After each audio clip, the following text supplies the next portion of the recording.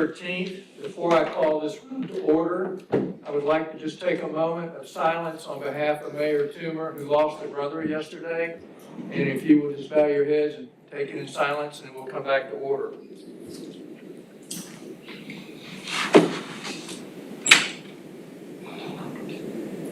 Thank you. If you will please rise for the Pledge of Allegiance. I pledge allegiance to the flag of the United States of America and to the republic for which it stands, one nation, under God, indivisible, with liberty and justice for all. Ms. Burton. Everyone would bow their heads with me. Dear Heavenly Father, Lord, I thank you for this day. I thank you for all my fellow councilmen, for our town staff, and all the residents of Bluffton. I pray over our night tonight. I pray that you would instruct us and show us the way to go. I pray that you would give us counsel. I surrender and submit to your will. I pray that you would protect our town from all trouble. And I pray that we would trust in you, knowing that as we do, your faithful love will surround us.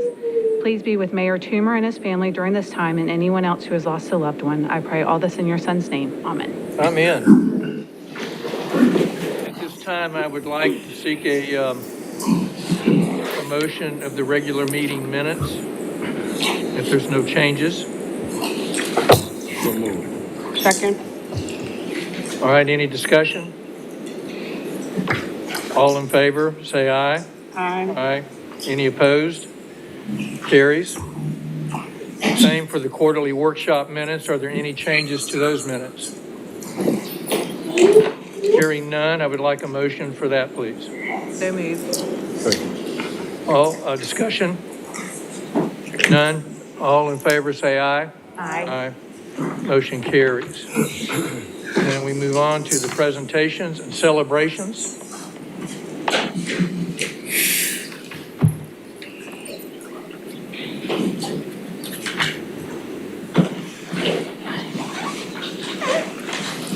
Thank you. Is Braylon Rogers here tonight with us? Please come up here. And if you don't mind, would you bring your family with you? Maybe a teacher if somebody wants to come? Whoever wants to be up here? Thank you.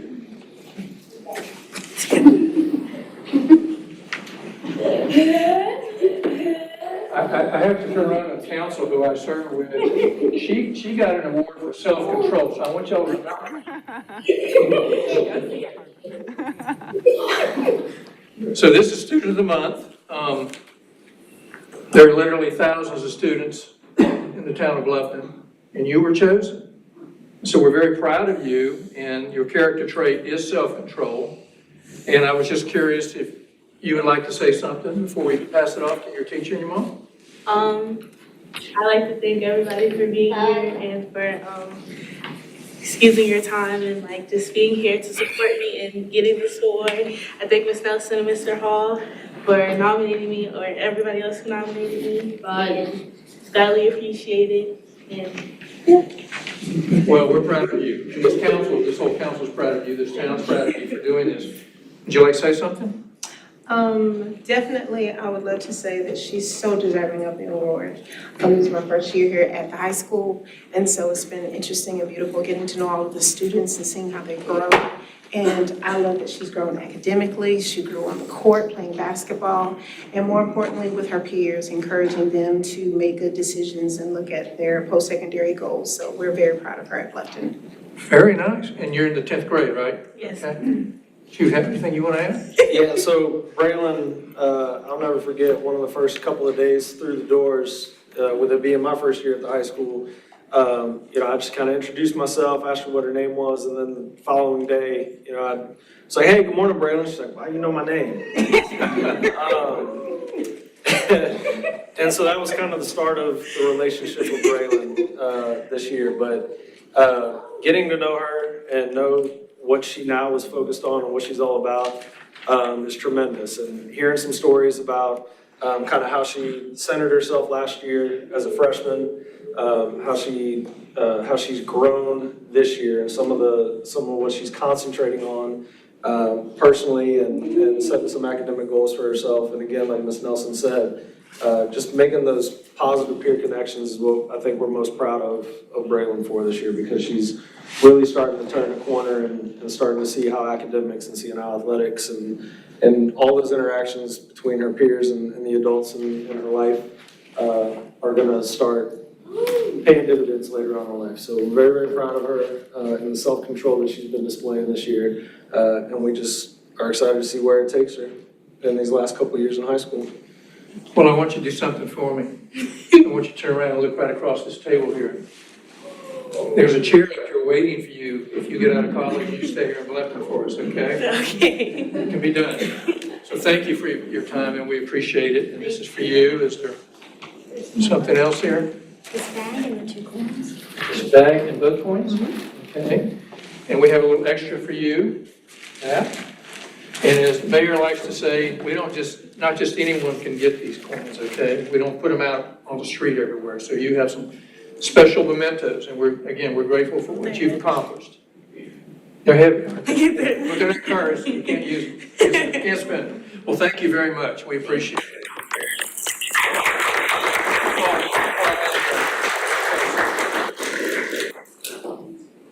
All right, are you ready? Which way do you want us?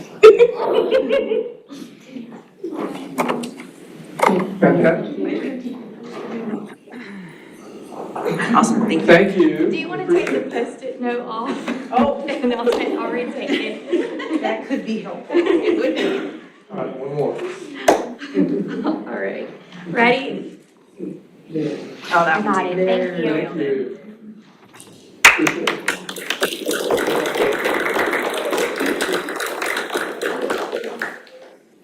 All right, so is Claudia and Nick in the room?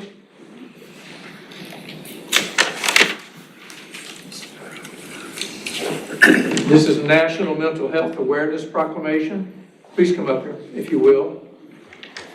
I want you to do me a favor. Say your last name. Andreoletti. Andreoletti, okay. Orientos. I was close. All right, so you're with the Teens for Healthy Youth. Yes. And this proclamation, the month of May, is dedicated to increasing public awareness around the mental health and wellness of youth and adults. 1 out of 5 children experience a mental health disorder. In a given year and a half of all lifetime cases of mental illnesses begin by the age of 14. The town of Bluffton supports the efforts of the Low Country Alliance for Healthy Youth Coalition, and Teens for Healthy Youth Coalition is raising awareness and promoting mental health wellness. I, Dan Wood, along with Bluffton Town Council, do hereby proclaim the month of May as Mental Health Awareness Month. Would you like to say something? Please. Good evening. We represent Teens for Healthy Youth, an initiative of Low Country Alliance for Healthy Youth Community.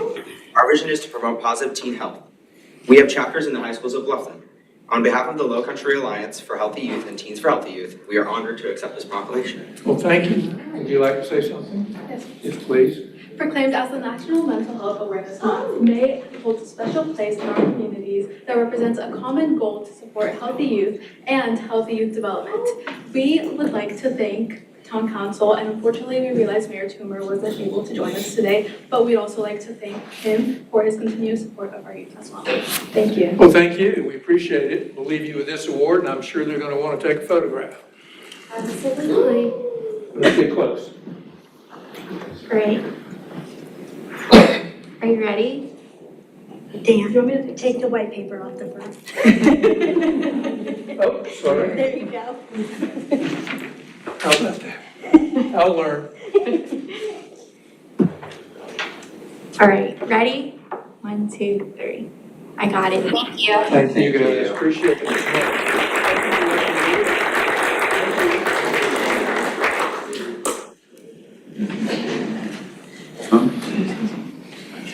So Amy, are you in the room? Listen, okay. I'm bringing a friend. I hope you do. Hello, friend. I'm Stephanie Hurst. Stephanie, good to see you. Thank you. Thank you for being here.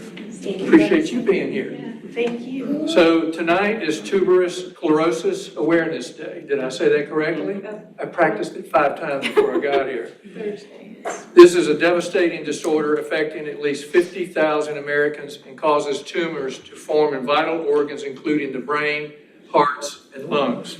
This disease is the leading genetic cause of epilepsy.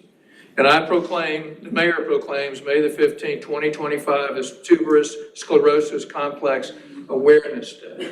And so I'd like for you to have an opportunity to say something. Okay. My daughter, Chloe's in the audience. She just turned 19 and she has TSC. So I've just been volunteering with the TSC Alliance for the past however many years. It's been 15 years, I guess.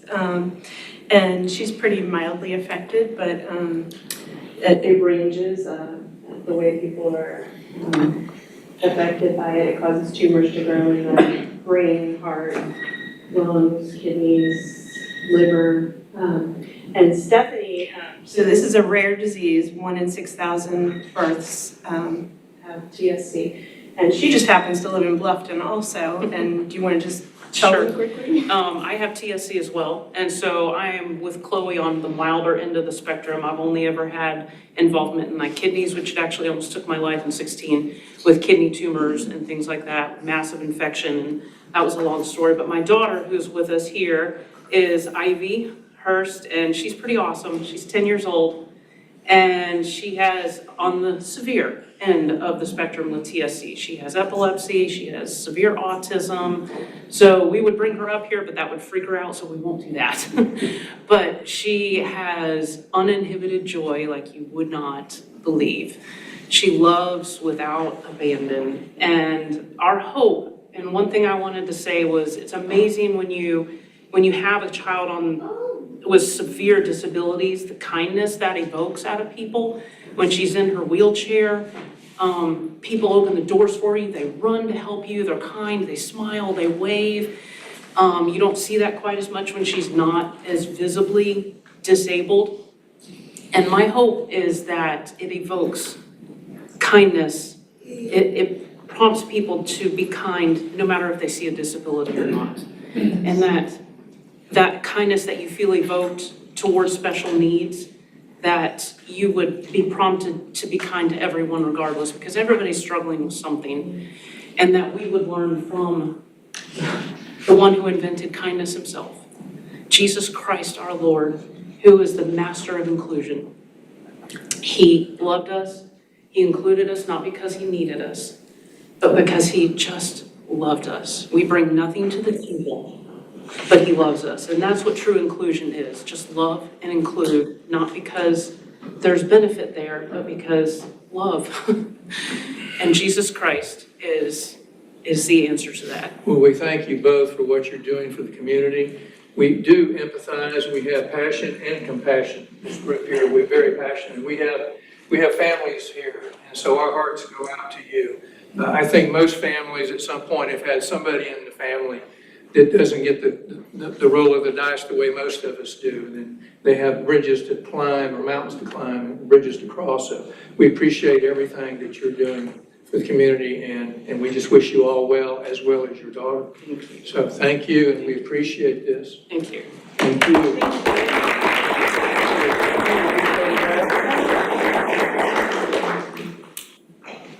Thank you. All right, ready? I got it. Thank you. Thank you very much. Appreciate that.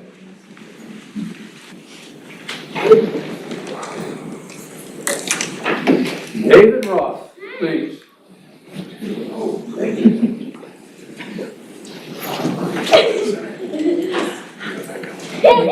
Before I start, is there anybody in the room that's really special to you? Would you point them out? Okay. Mama Bear works with the town, right? Okay. So, Tourette Syndrome Awareness Month proclamation. Tourette syndrome, I'm not sure I'm saying that one correctly, is an inherited neurological disorder.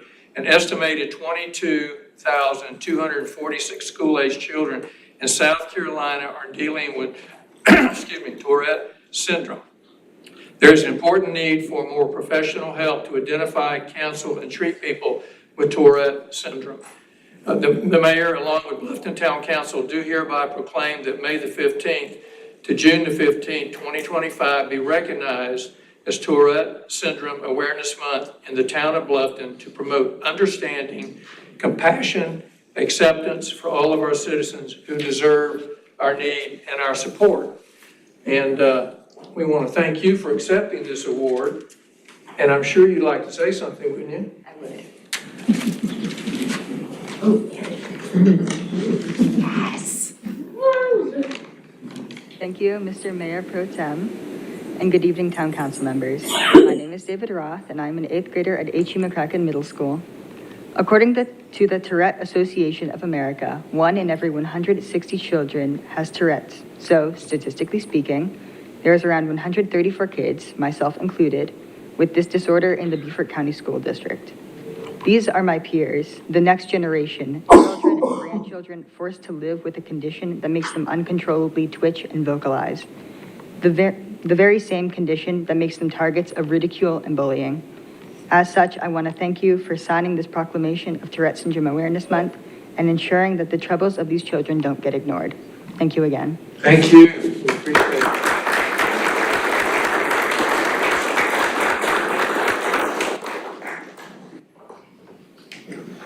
Ready? Thank you. Yeah? Okay. One. Ready? Got it. All right, thank you. Son. Appreciate it.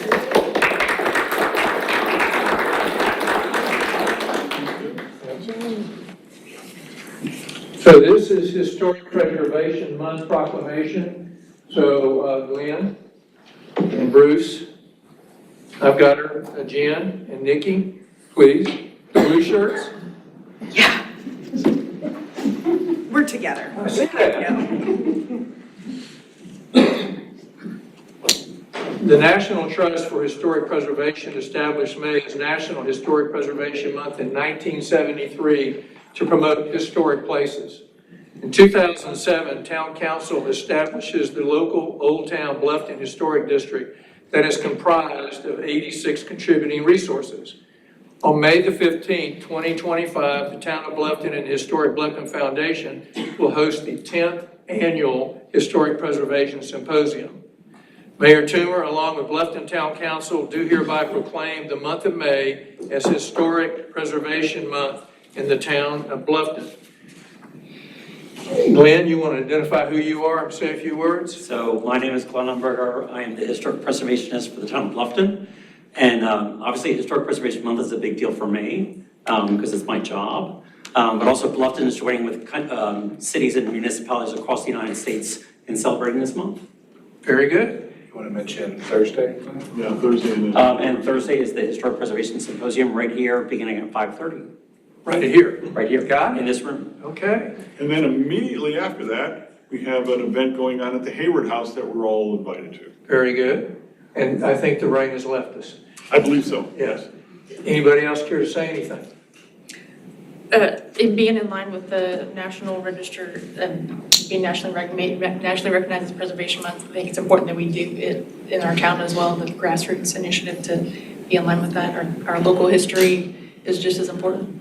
Well, thank you. And I think this town clearly identifies the fact that preservation and historic structures are just paramount to the success of our community.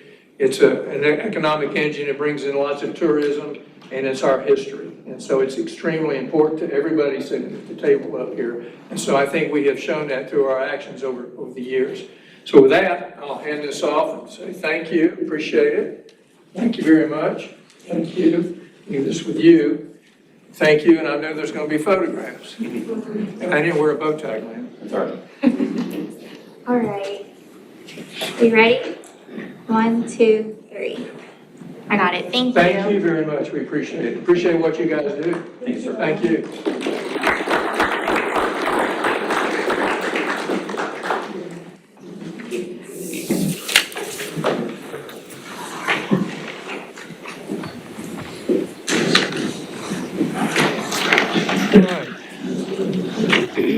Now we move into into public comments, but before we do, I need to read this. It's about civility, and during public comment, each speaker is limited to a total of 3 minutes per meeting, regardless of whether the person is speaking on their own behalf or as an agent for others. Meeting attendees may not donate, transfer, yield, or give all or any portion of their speaking time to another person. All public comments are to be conducted from the podium and directed to the town council as a whole and not to any member thereof. All speakers shall be mindful and respectful of those participating in or present at the meeting. Speakers shall be expected to be civil in their language and shall refrain from comment or behavior that involves disorderly speech or action, name-calling, personal attacks, threats, obscene or indecent remarks, or and/or disruptive actions. All speakers shall confine their comments to the issues under the jurisdiction of the town council. Speakers shall not use the public comment period to promote or advertise awards, business, service goods, or candidates for public office. Any speaker that violates these rules and protocols for public comment may be ruled out of order by the presiding officer. Any person whose comments have been ruled out of order shall immediately cease and desist from further improper comments. The refusal of an individual to desist from further improper comments may subject the individual to removal from the meeting and/or a citation under Section 2-49 of the Town Code. And we have, John Reed. Each person gets 3 minutes. 3 minutes. And if you know the drill, if you please state your name and your address, whether you live in city limits of Bluffton or Incorporated Beaufort County. John Reed, 38 Minuteman Drive, not in Bluffton, but it's across the street. And is that all you need from me? What I wanted to comment on was, I think we're talking tonight about the school and some land over next to Rose Hill over there. And I just wanted to be sure, I think it was the 9th Amendment, and want to be sure that we get to participate in it. This town report said that the town would respect our rights as university investment rights as signers to it, signers to the agreement on the 9th Amendment, and yet I have not had a meeting with anyone. So I just want to be sure that we have a meeting or get to sit down, as we gave, I think, 15 acres of the right-of-way. We gave 90 units back and so forth as part of that 9th Amendment. And if you're moving forward, I think you're doing, from what I hear, the school, we welcome that. We need it. We need parks and open spaces, so we're all for it. We just want to be sure that at least we can meet with someone and find out what's going on, okay? Thank you, Mr. Reed. Next up, we have Mr. Mike Williams. Mr. Williams, please state your name and your address. Mike Williams, 84 Fording Court. In Bluffton. In Bluffton, and want to thank all the council members for serving, as well as the mayor. I'm just a regular old citizen out here in Bluffton. I live in Hampton Lake. I live on Fording Court. Fording Court is the north side of the Hampton Lake development. We have a very open border with a development that's currently going on.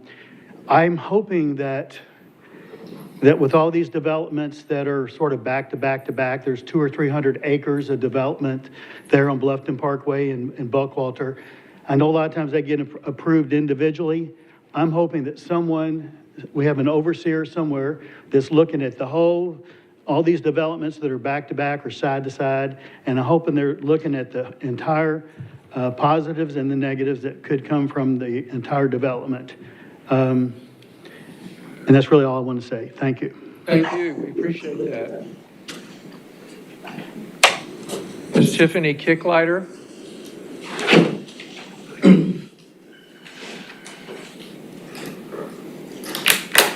How are you? Doing all right. How about yourself, Council? Good, thank you. You state your name and address, please, and whether you're in the town of Bluffton. Good evening. My name is Tiffany Kicklighter. I live on 1 Paddington Lane in the towns of Bluffton. I am here this evening on a stop I had with an incident for Beaufort County. Me and my husband were bright lighted by a Beaufort County officer. We pulled over to the side. Given that this is Mental Awareness Month, I am an epileptic. My husband and I had pulled off to the side. My husband had generously tried to let the officer know that I am an epileptic. I am severely epileptic. I have grand mal seizures. I have had 4 of them in my life where it is life-threatening disease. At this point, we had tried to tell the officer. The officer put my husband in restraints without even question any answers. I guess he had called for backup. I was recording all of this, and this is on YouTube. I have tried to let it be known across. I have made reports. I have done everything I have tried to do to get it seen and out there. I was forced to the ground and then forced into a seizure. I just want everybody in this town to be protected. I am one of the original graduates from Bluffton High School. I have been a member of this community in this town, and I have been so saddened to see the digression in what this town has come to. I just want my daughter, who is 16, who is growing up in this community, to see the growth and the progression that I wish that I could have seen. This town has been such a cherished part of my heart, and to see that we have to so cautiously walk outside is just so saddening. For me to have a disability and have to be scared of our own officers is absolutely disheartening. I have a tidbit of information if you guys wanted to take on. I am one of our striving individuals in our retail community. I deal and work with military police and military officers every day. I have a sergeant who works with me, and I love our independent officers. I don't know what else or how else to handle this. I've taken it as far as I can take it, and I've outreached as far as I can outreach. So I am here today to just try to let anybody and everybody know, we need to keep a better eye on this. We need to keep a better restraint on this. It needs to be a better eye. We need to do better. We need to have better help. We need to do better by our community. Our kids can't see this. For my daughter to have to go through that was sad. Thank you, and we appreciate your comments, and I don't know if the town manager, Mike, can reach out to you and point you in the right direction with Beaufort County or whoever.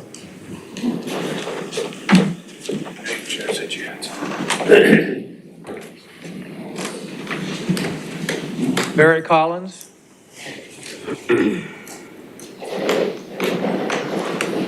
Please state your name and your address. I'm Barrett Collins, and my address is 12 Red Cedar, and it is in Bluffton. Thank you. And good evening, council members. So you have pictures that were given to you of the Schultz Track area that I live in, Bluffton. I got a chance to talk with Emily on the National Day of Prayer, and we talked about the 100-year storms being 100 years, and then the 100-year storms being every 20 years, and then we talked about the 100-year storms being twice a year. And what's changed, and for me, in my neighborhood, it's rooftops. So let me cast a vision. This is something obviously I've thought a lot about. Jasper Port opens, and from Savannah, Georgia to Charleston, South Carolina, is gonna be one big, huge metropolis. Totally built out. Not in our lifetime probably, but it's gonna happen. We're gonna be up in space maybe and looking down, and it's gonna be bright as New York City on our coast, okay? And you're the gatekeepers. On your watch, our community has an opportunity to protect what has been by making the watershed infrastructure work.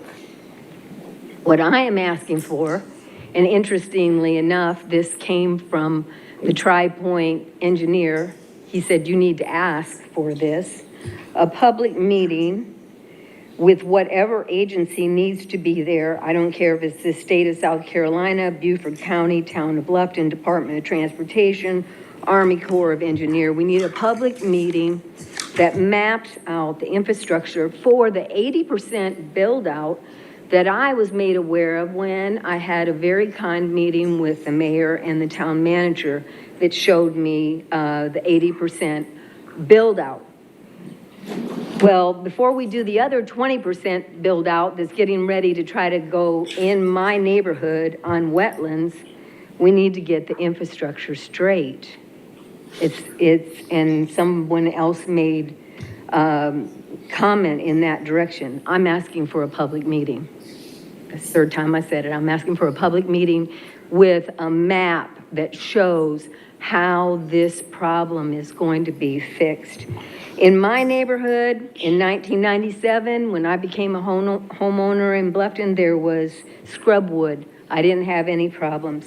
Ditches by homeowners were filled in by home rule without any regard for whether it blocked water. Office building on May River and Red Cedar that built and blocks flow. Cemetery across the street in May River that needs to be looked at. I'd like to have somebody's name that could set this up for a public meeting, please. Thank you. We appreciate that.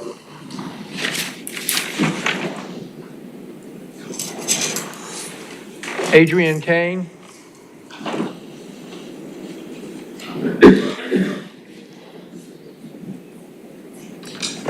Good evening, Mayor Pro Temp and members of council. My name is Adrian Kane, and I 386 Spanish Wells Road on Hilton Head, and I represent the Hilton Head and Charleston Homebuilders Associations. It's nice to see you again. I have a feeling I'm going to get to know each of you over the coming months. I want to begin to express our appreciation for convening the thoughtful workshop last month on the Wetlands Ordinance. I also want to express our strong concern and opposition to the ordinance, written and approved through first reading. During council comments, it was shared that one engineer participated early in the process. I think it represents the root of the issue with this ordinance and the process.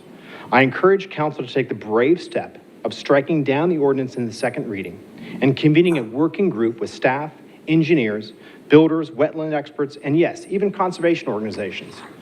This effort is far too important to leave to chance or to allow conservation activist-based organizations to use the town of Bluffton as cannon fodder for its narrow pursuits. Let's be clear, this ordinance assaults property rights and creates significant and unnecessary legal risk for the town. It is estimated that 80% of residence lots in Bluffton exist in planned developments. Those PDs are created and approved by town using federal and state guidelines with jurisdiction wetlands at the time. To usurp those rights violates one of the strongest tenets set forth in the South Carolina Constitution, the protection of property rights. Even more concerning is the 20% of residential lots not contained in PDs throughout Bluffton. In many cases, those are owned by multi-generational families, many of which are black families, that will find their properties reduced in value or now undevelopable. Passing those properties on to families or creating generational wealth will now become impossible through implications of this ordinance. I'm joined this evening by members of the Home Building Association and those that build throughout our community. I'd like to ask them to stand and remain standing throughout my comments. If you guys will stand, please. We collectively represent thousands of families and employees throughout Bluffton that build and protect the American dream of home ownership. We're small business owners, your neighbors, sponsors of many events throughout this community, a critical piece of the region's economic engine. I'll conclude by sharing that we are ready to assist the town. We are here and paying attention. We are engaged and organized. We are sincere and ready to be collaborative. But make no mistake, we're also brave and willing to step into the fray. We build communities, we vote in our communities, and we take pride in the communities that we develop and the craftsmanship of a well-built home. Thank you for your leadership. We look forward to building a better Bluffton for all of our families, for yours and ours, and those yet to come to this region. Thank you for your leadership, and I look forward to working with you. Thank you. Mr. Brian Esposito.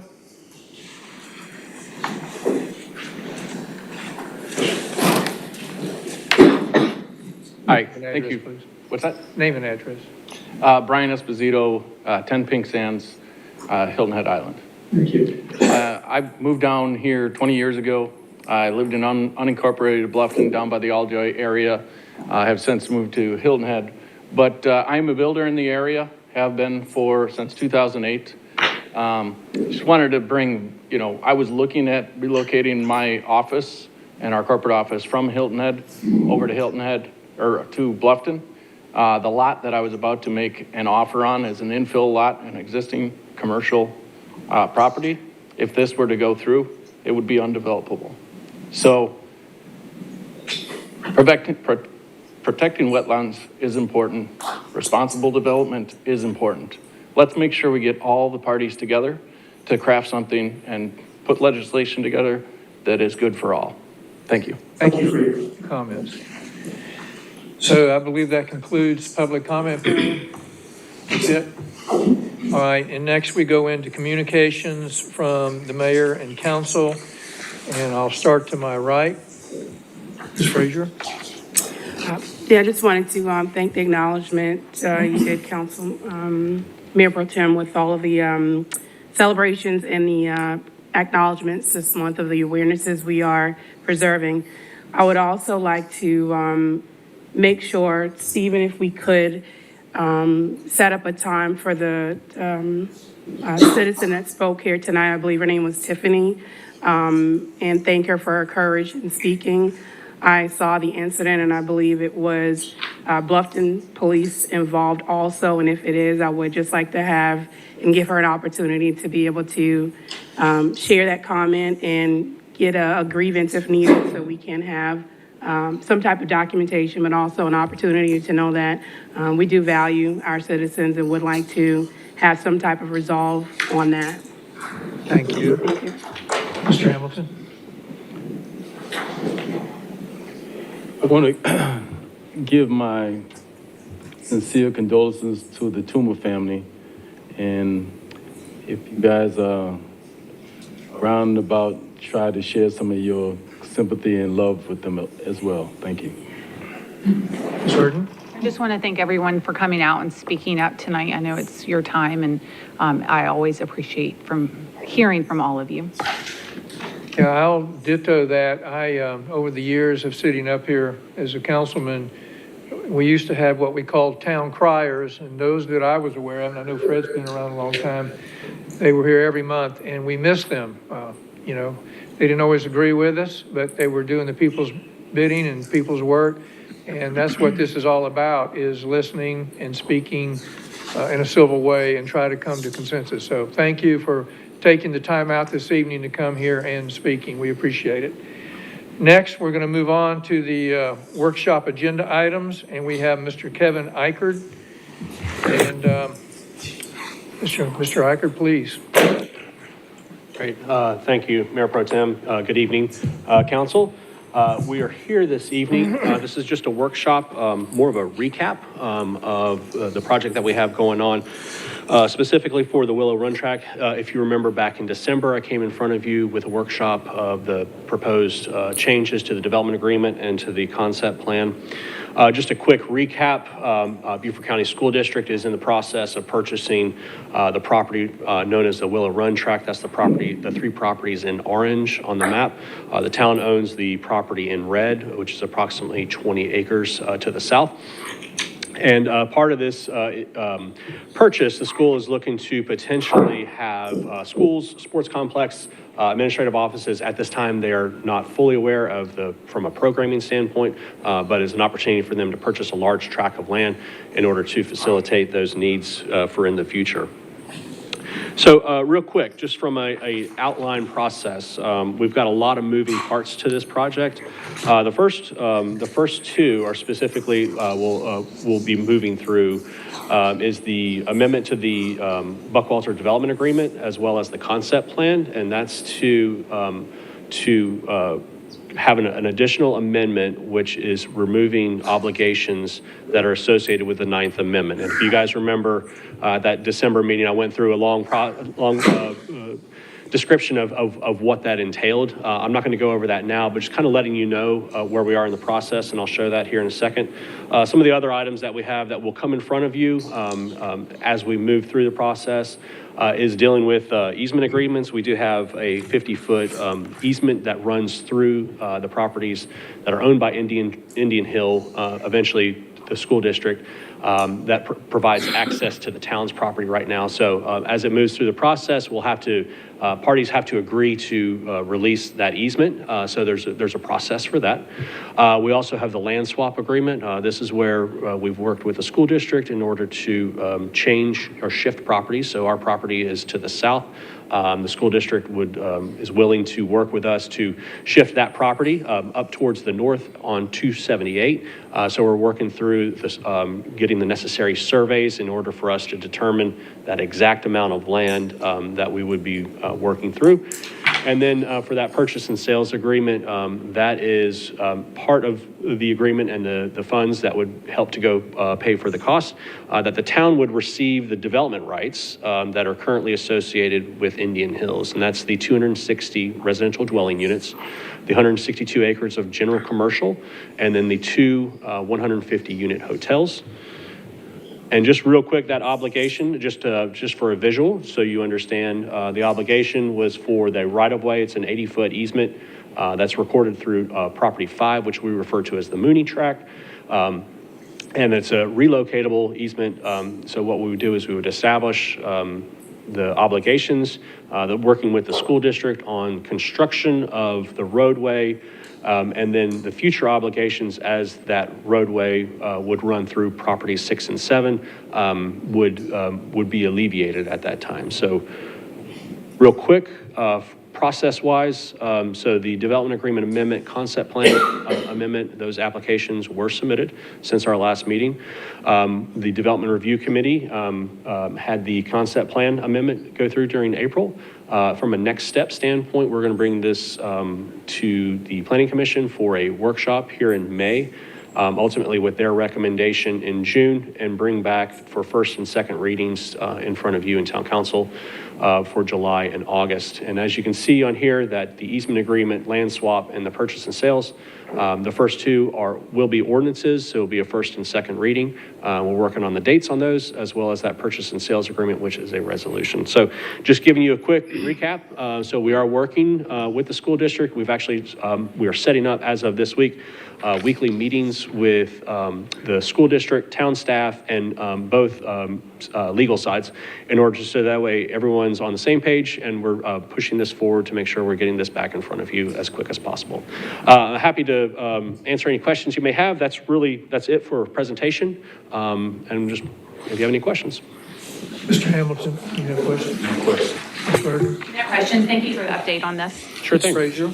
Yeah, just for clarifications, one of the primary reasons, Kevin, for considerations of this amendment was because the school was looking at not having to have their development towards that frontage part with us, and so swapping it out, they could focus more of their construction in the future or development needs in the interior away from 278. Yes, ma'am.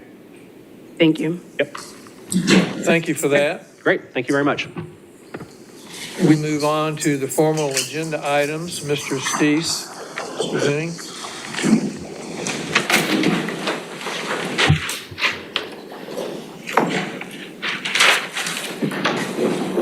I'm going to try to take a note from Kevin and not go make, I think we got about 70 slides for the budget presentation. I'm going to try to sum that up in about 15 minutes, as we have 2 budget workshops that are upcoming, and we'll get into further details.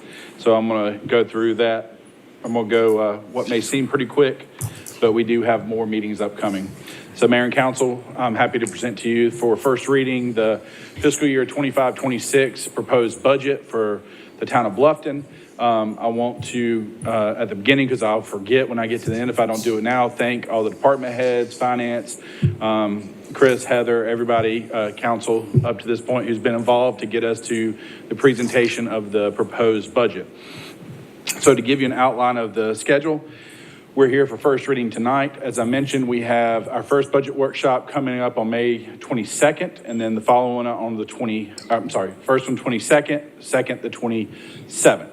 And we'll go through, there's an opportunity for public comment at both of those workshops, and we'll go in detail into the different funds that I'm going to highlight here tonight.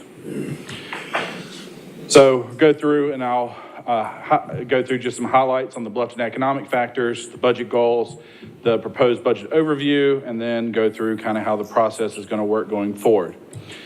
So just some of the economic factors. I'll let y'all read through this. And again, this will be online. It's already been sent out as part of the packet, and we will be sending this out and posting it online for anybody who wants to go and review any of this at following the meeting. I do want to point out just a couple highlights. As you can see, median home value is pushing $450,000. Median rent is up to about $2,200 a month. And you'll notice that our area median income is now topped $88,000. I think when I first got here in 2021, that number was in the $47,000, $50,000 range. So as you can see, that as well as the home values and rent have grown significantly over the last few years. Where are our people who live here working? You will see that healthcare and education has now moved up to number 1. Accommodations, food, and entertainment is number 2. And then professional, scientific, and management's up to 13.3%. And we have a new one that has shown up from last year into our top 6, and that is finance, insurance, and real estate at 10%. And then construction is up about 0.5% to 7.1. So just a couple economic factors to continue is the town has worked hard to be financially secure and manage the town's funds as well as the citizens' funds.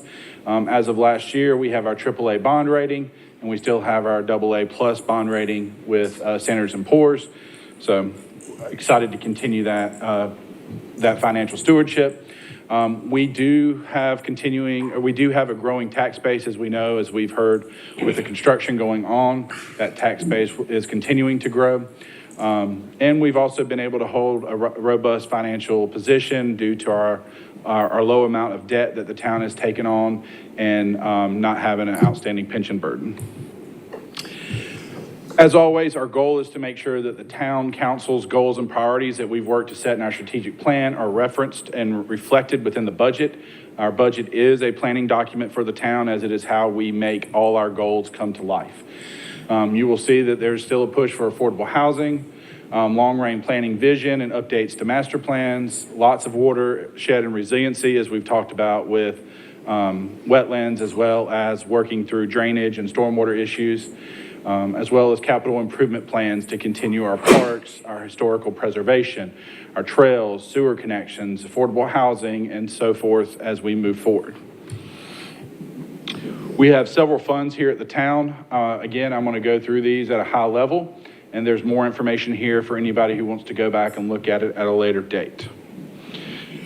As you can see, we have general fund, our special revenue fund, stormwater, CIP, our capital improvement fund, and our debt service. This is an overall consolidated budget. As you can see, our budget is down about $9 million over last year. The vast majority of that is in capital projects, as we've been able to complete projects like Squire Pope, the new Riverside Park, the splash pad, and other projects that we've been able to complete that we're carrying forward from prior years. We've actually spent down our fund balance within capital projects. So our goal is to continue to see that number decrease as we continue to complete more projects within the town. The general fund is up. It is up about $2 million.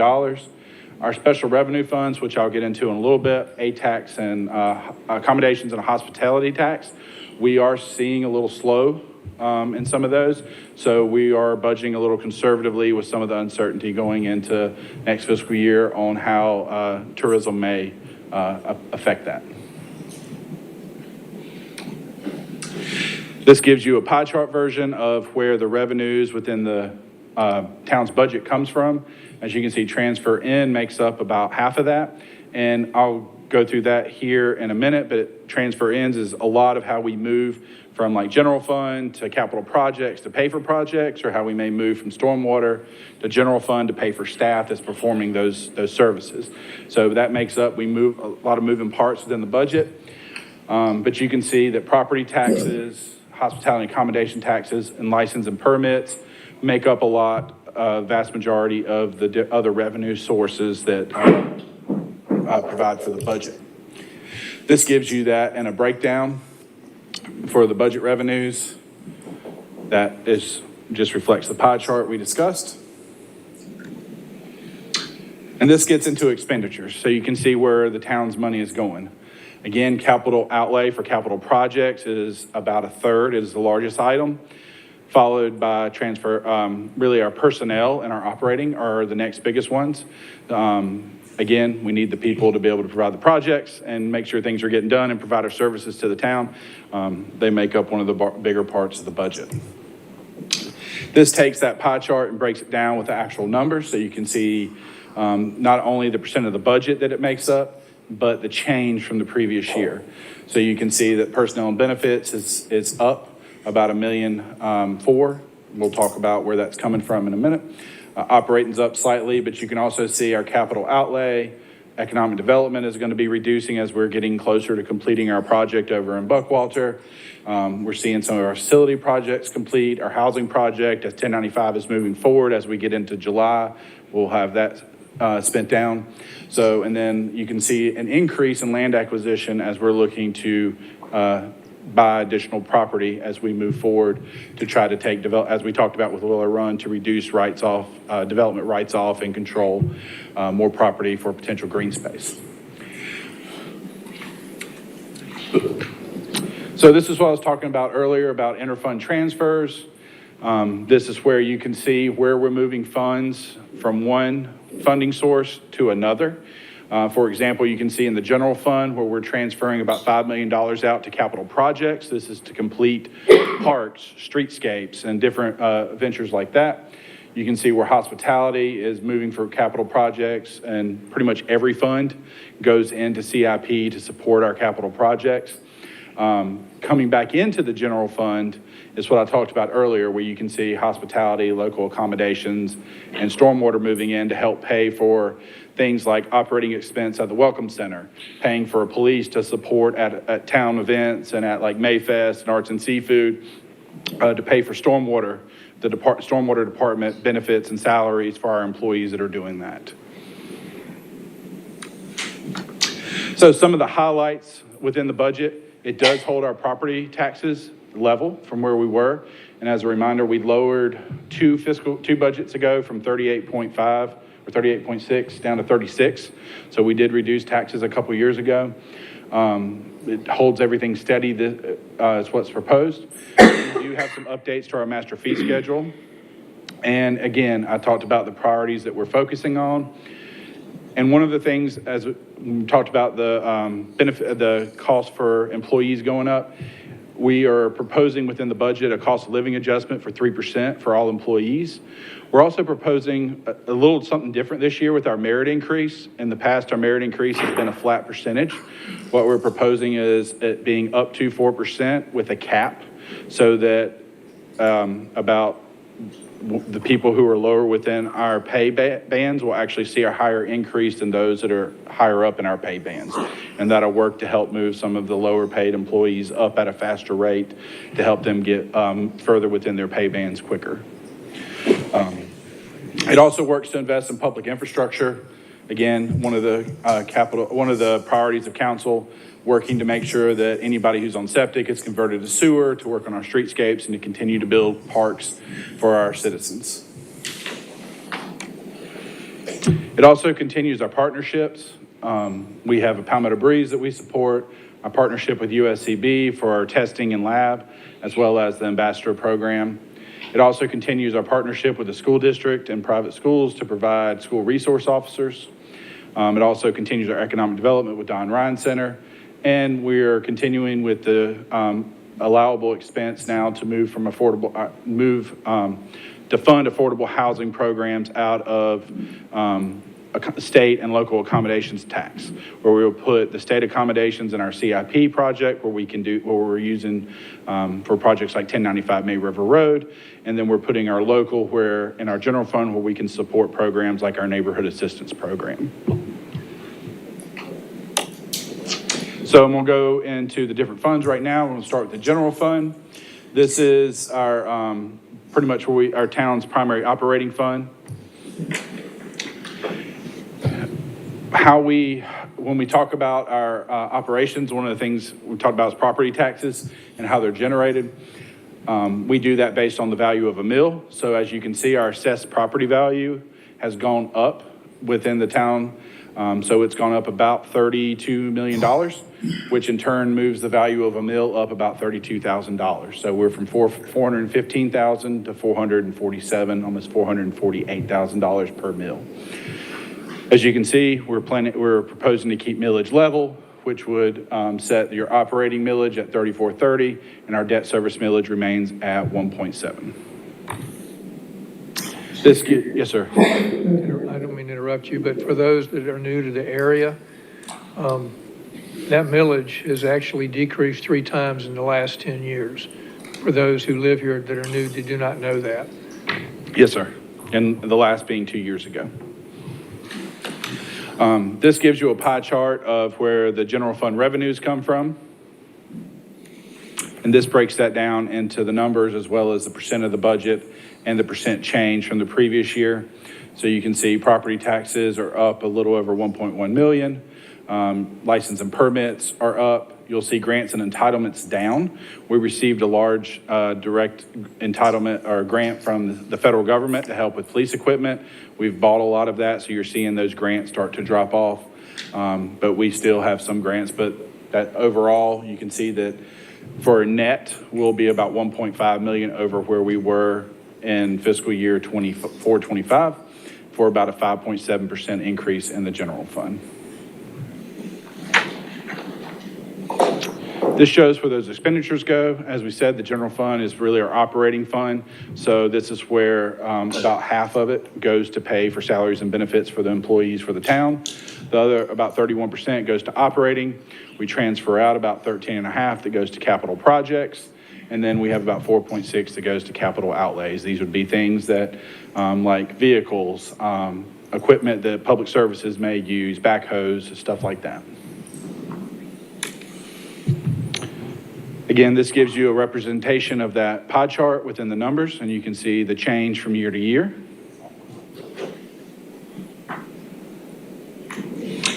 A couple notes on the general fund. As we talked about, I referenced the 3% COLA that's proposed, as well as the mid-year merit increase with a cap. We still propose to keep the 25-hour payout for employees, as well as there are some department updates. If you remember a couple years ago when we started growing the events, I created the communications community outreach department.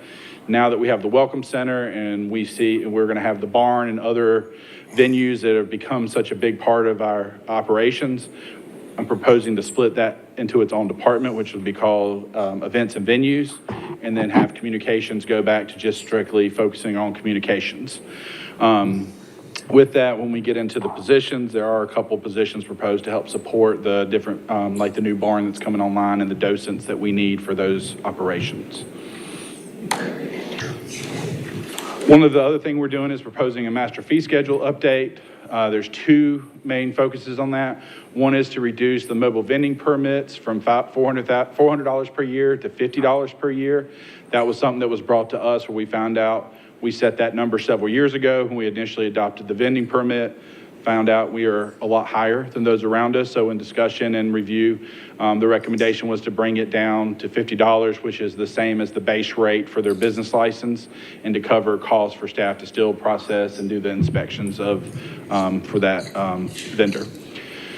The other thing that we're doing is we're proposing, and you'll see this when you get your budget book, is the rental of our facilities that we have throughout the town takes up about 3 pages of our fee schedule. So we're proposing to reduce that down to just have a more consolidated rental fee schedule to outline, try to make it easier and make it easier for people to understand and know what they're renting and make it consistent across the town. So that is in there as well for this year. And we'll, again, during the first workshop, we'll get more in detail on all of this. A couple new positions that are proposed, and I'll, again, go through these.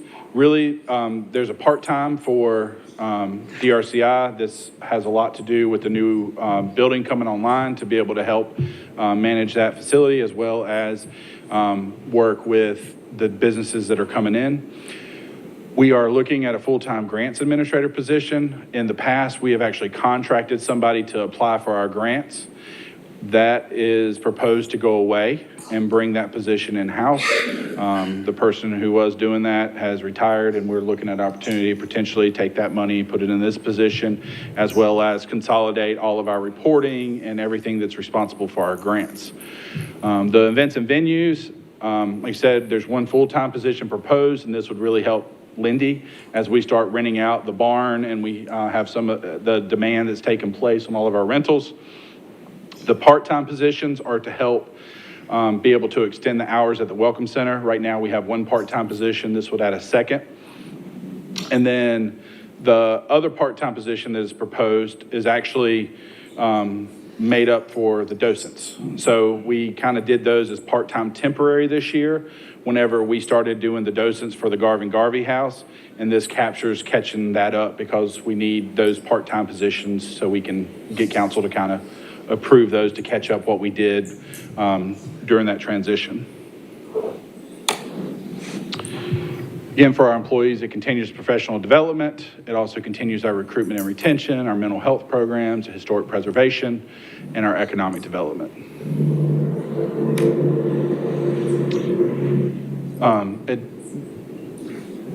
This would be year 5 of our vehicle lease program, so that we did a 5-year time period. So after this year, we'll start reviewing and seeing how it's operating, and this will be showing up on time to start replacing vehicles. It also maintains our employee programs. We will be kicking off this Thursday an on-site employee wellness clinic. It actually is a partnership with Beaufort Memorial Hospital, and it is open to every employee and anybody that's covered underneath our insurance. And it will have a nurse practitioner on site that will be able to see somebody. And if you have a sinus infection, you need somebody, you can't get into a primary care physician because you just moved here, they will be able to serve that role for our employees. Their goal is for them to be here 2 days a week, about 4 hours each day, and they'll rotate 1 day here at Town Hall and 1 day at the police department. A benefit I put in place before and been well received, so it's taken us a little bit to get it in place, but it will actually kick it off this Thursday.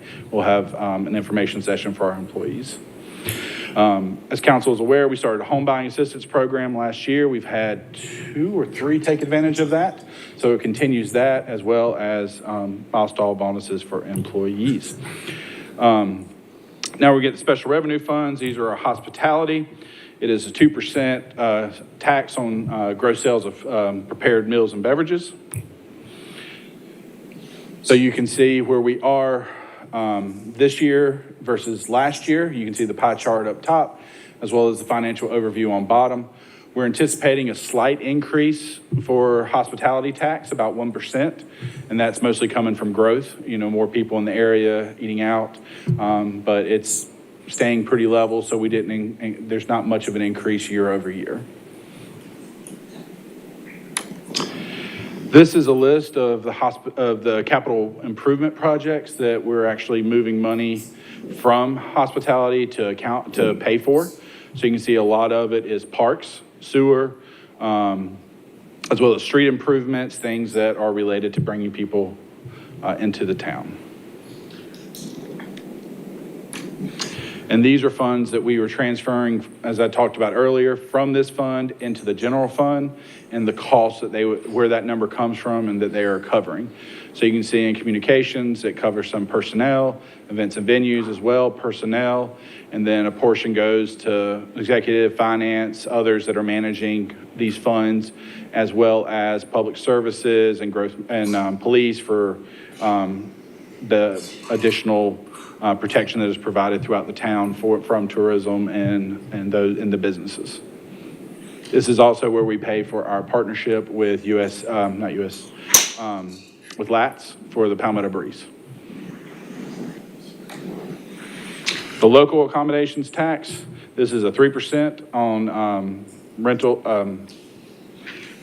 property within the town. Like hotels, Airbnb, stuff like that. Not all rental properties, but on overnight, like short-term rental properties. This gives you kind of a breakdown on where the revenues and expenditures go from there. As you can see, we're anticipating about a 3% decrease here.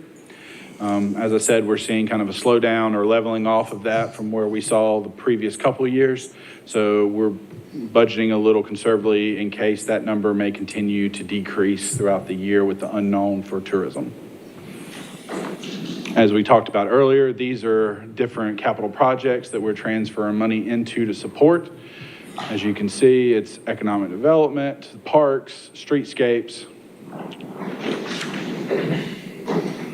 And then the funds that we transfer into the general fund, you can see where they're going to support the ambassador program, the police for special events where they come in and they provide for events that get accommodations tax to support. The police cover used to be that was part of the application. They would actually pay the police and then we would reimburse them for the cost for the police. Instead, we now transfer that money in and remove that from having to just be a paperwork kind of red tape thing, so it's taken care of within the transfer, as well as the affordable housing that is allowed under state law now. Stormwater fund. This is on everybody's utility bill or tax bill to fund stormwater.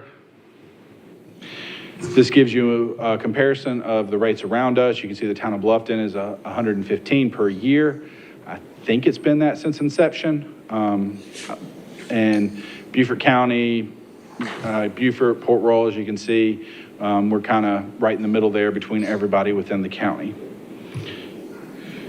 This gives you an idea of where the revenues come from to operate the department. You can see vast majority is from stormwater utility fees or previous year fees that are in fund balance. This gives you the number version of the pie chart you just saw. As you can see, based on the growth we've had, we're anticipating to see the number of utility fees, or not the amount, but the number of those paying the utility fee to increase.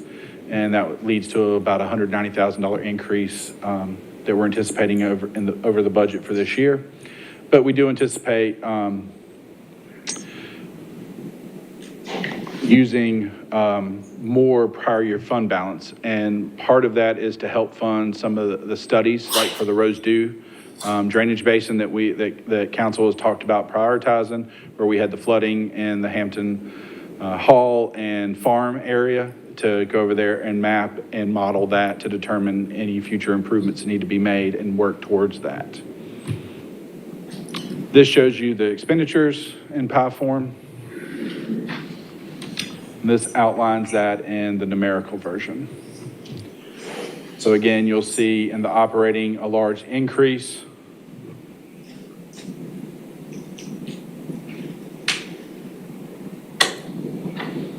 And then this is some of the highlights on where that money is going towards. Again, the one that says supports water quality model and projects, the big one that's coming up for next year is that modeling for the Rose Dew.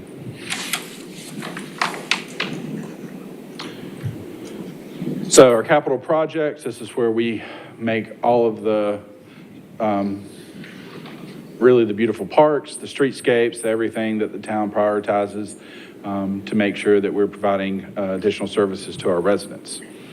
You can see the sources of funding here, as well as where they come from here financially to make up about a $31 million CIP fund. And this is where we're spending them. As you can see, parks is the largest, followed by stormwater and sewer projects, road projects, and you'll see a large increase to land acquisition and the percentage of the amount of proposed use of funds for next year. And here it is outlined in numerical.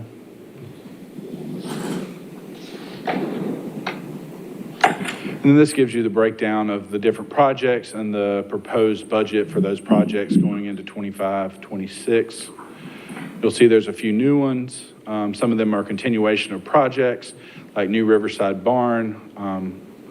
We discussed with council during one of the workshops about putting a pavilion out there to be able to host like concerts or different events. So that's the design for that is in the budget and to start moving forward towards permitting and construction of it, as well as the public services building expansion and watershed facility that we discussed during the last workshop where you heard the space and needs analysis is to start planning towards that project.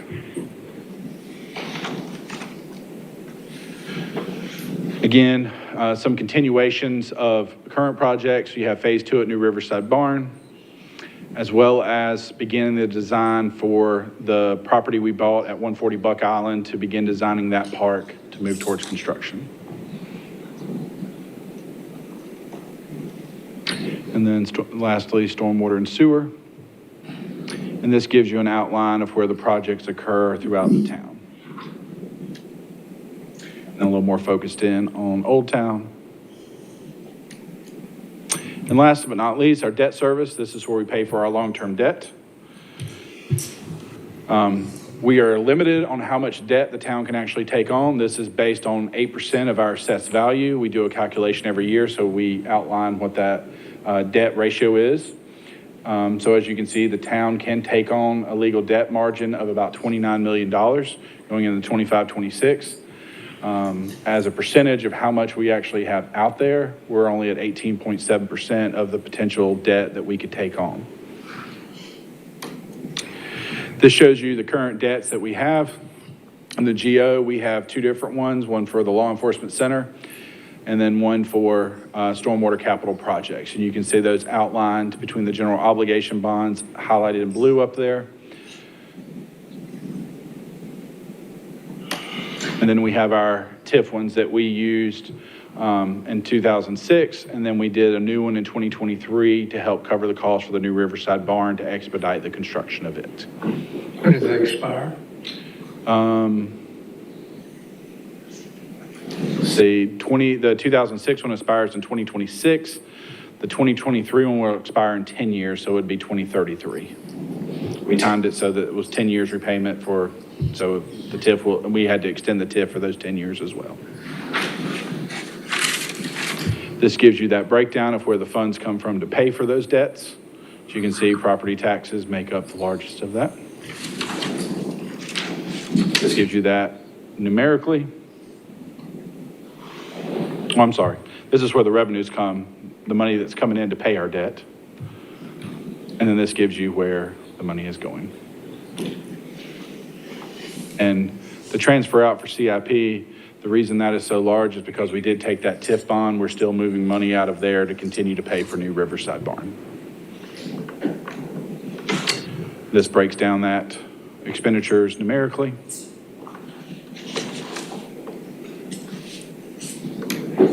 And lastly, we keep fund balance. So this is the amount of reserves, savings, rainy day funds that the town carries. In the general fund for the end of this current fiscal year, we're estimating that it'll be around 35,700,000. And 26, we're projecting that to go down. We're projecting with some of the carrying forward some of that to use towards land acquisition. And then the hospitality tax fund. You can see we're planning with capital projects continuing to move forward. A lot of the reason there's fund balance in there is that money is built up as we're been pushing projects forward. So as we're anticipating like new Riverside Barn, other park projects to move forward, we'll use that fund balance and draw it down. Same thing with local accommodations and the stormwater, that a lot of that is going towards those modeling projects that I talked about a little bit ago. And the goal is, as always, with the capital improvement program fund is to complete all of our projects that we have proposed. And if we do so, we would remove our fund balance in that program down. The goal is for it to be at nothing because that means we've completed all of our projects. As we know, that does not always happen. But as you can see, we're anticipating it to go down by about $10 million from last year to the end of this year, which means that we have completed a lot of projects to reduce that fund balance down. Stephen? Yes, sir. If you don't mind, maybe elaborate just slightly. A lot of people, again, move here, they see these large numbers and, you know, the emergency fund, et cetera, impacts our bonding capability. So maybe, you know, they see a number like that, they go, wow, okay, but there's a reason for it. There are several reasons for that. And actually, one of the things that Chris is going to do during, I think, the second budget workshop is actually go through, we have several policies that outline funds that we reserve, mostly because we have like one for emergency response for hurricanes and natural disasters. We have one that we put in place to replace capital equipment. And we also have one that we use as our emergency reserve fund, which I believe is 35% or 30 of the general fund. So we do have these policies that council has adopted to set the amount of money that we hold in reserve to be able to respond should there be an emergency, hurricane, or we end up in a situation like COVID again, where we may have to shut down and operate with a lack of revenue for a while. With that being said, we do, one of the policies we do have says that if we exceed those reserves, we can use them for one-time expenditures. So there are some potential like land acquisitions that we could use them for as one-time expenditures to take care of stuff like that. But yes, it does also help our bond rating, and one of the reasons we were able to accomplish a AAA. This just gives you that numerically for our where those funds are. And lastly, just to reiterate, a lot of the things that I kind of went over high level, we will go into far more detail at the budget workshops. And it will also be where we'll get into a lot of the questions, concerns, and direction that council may bring that we may want to change between first reading and second reading of the budget ordinance. If council is good, I do have a proposed motion for you to approve the fiscal year 26 proposed consolidated budget on first reading for tonight. And I'm happy to answer any additional questions that council may have. Ms. Frazier? Yes, I do have a question, Stephen. In regards to the budget, and this may give direction if need be before we get to our first workshop. So I know you mentioned our increases there to the stormwater portion of the budget.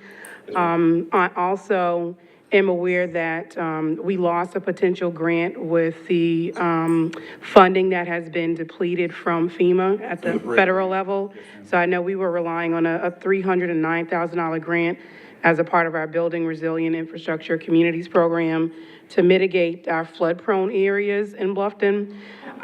Due to that loss, have we forecasted or have we looked to absorb that, the cost of that mitigation strategy through our own either general fund or debt service plan, so we don't lose that much needed study plan? Yes, ma'am. That's where if within here where you see that large increase for operations within stormwater, the majority of that is for conducting these studies.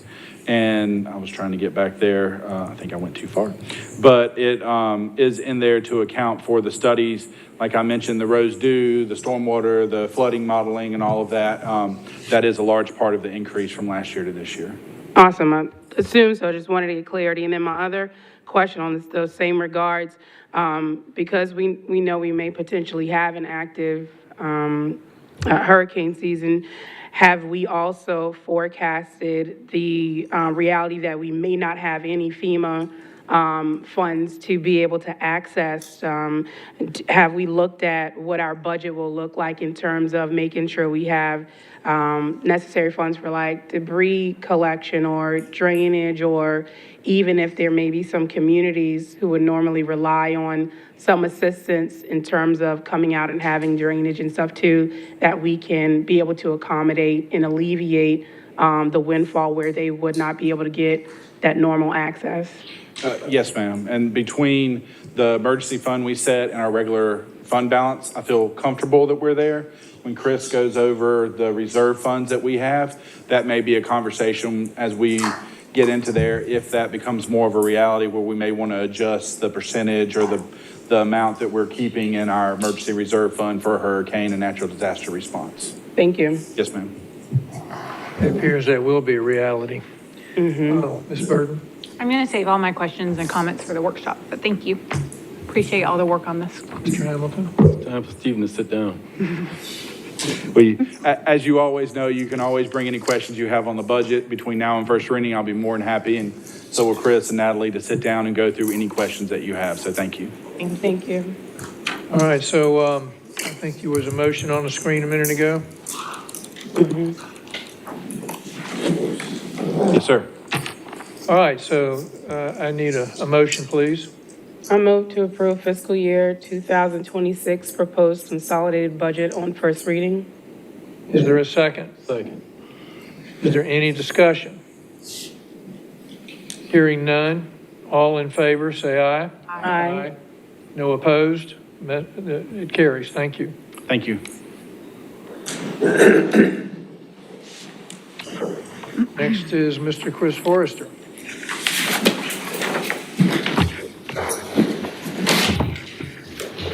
Jack look like you're gonna be here a long time. Good evening, Council. One of the things that we do as part of our annual budget process and review is we look at different policies and ordinances that impact our operations for potential updates.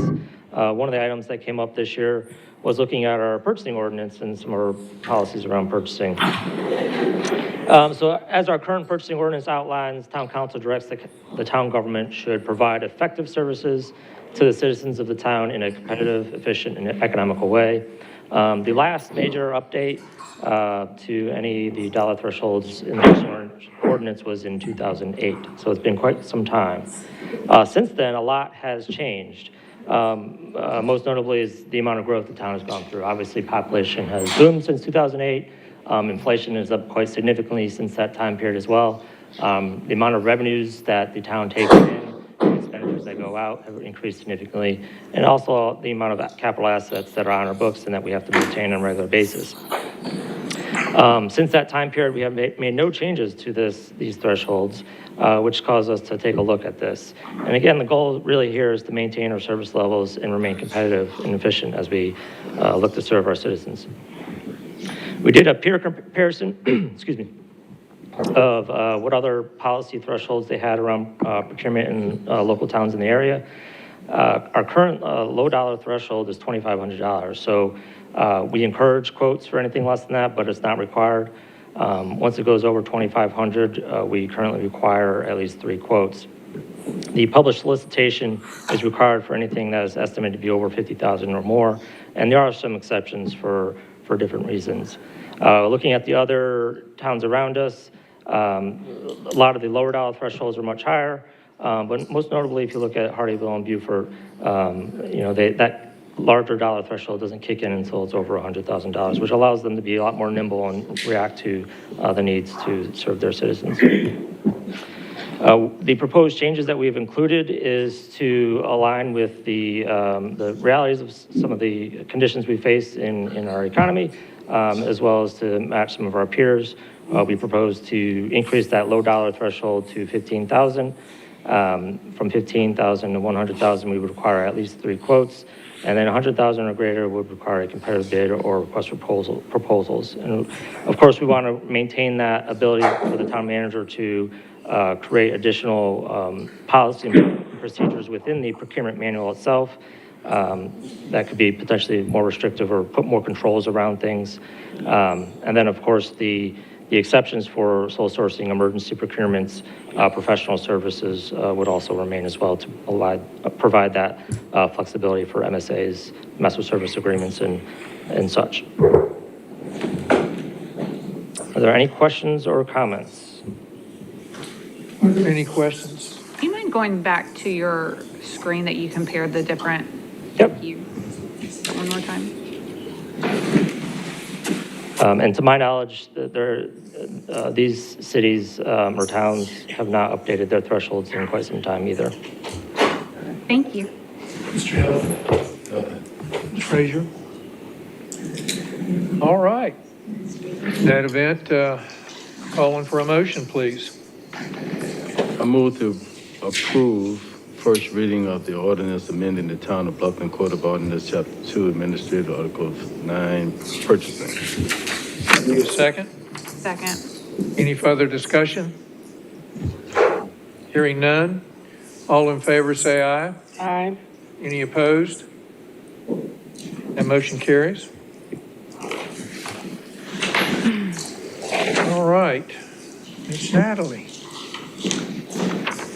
Good evening, Mayor and Council. This is for your consideration to amend Chapter 6, Article 3 for mobile vending. Just a little bit of background. In 2017, the town adopted mobile vending into its ordinance. It was intended to regulate location and hours in the permitting process, as well as set a $400 per permit fee for the calendar year. In 2021, the town amended its Chapter 6 ordinance to comply with Act 176, where it set the business license due date of April 30th for everyone in the state of South Carolina.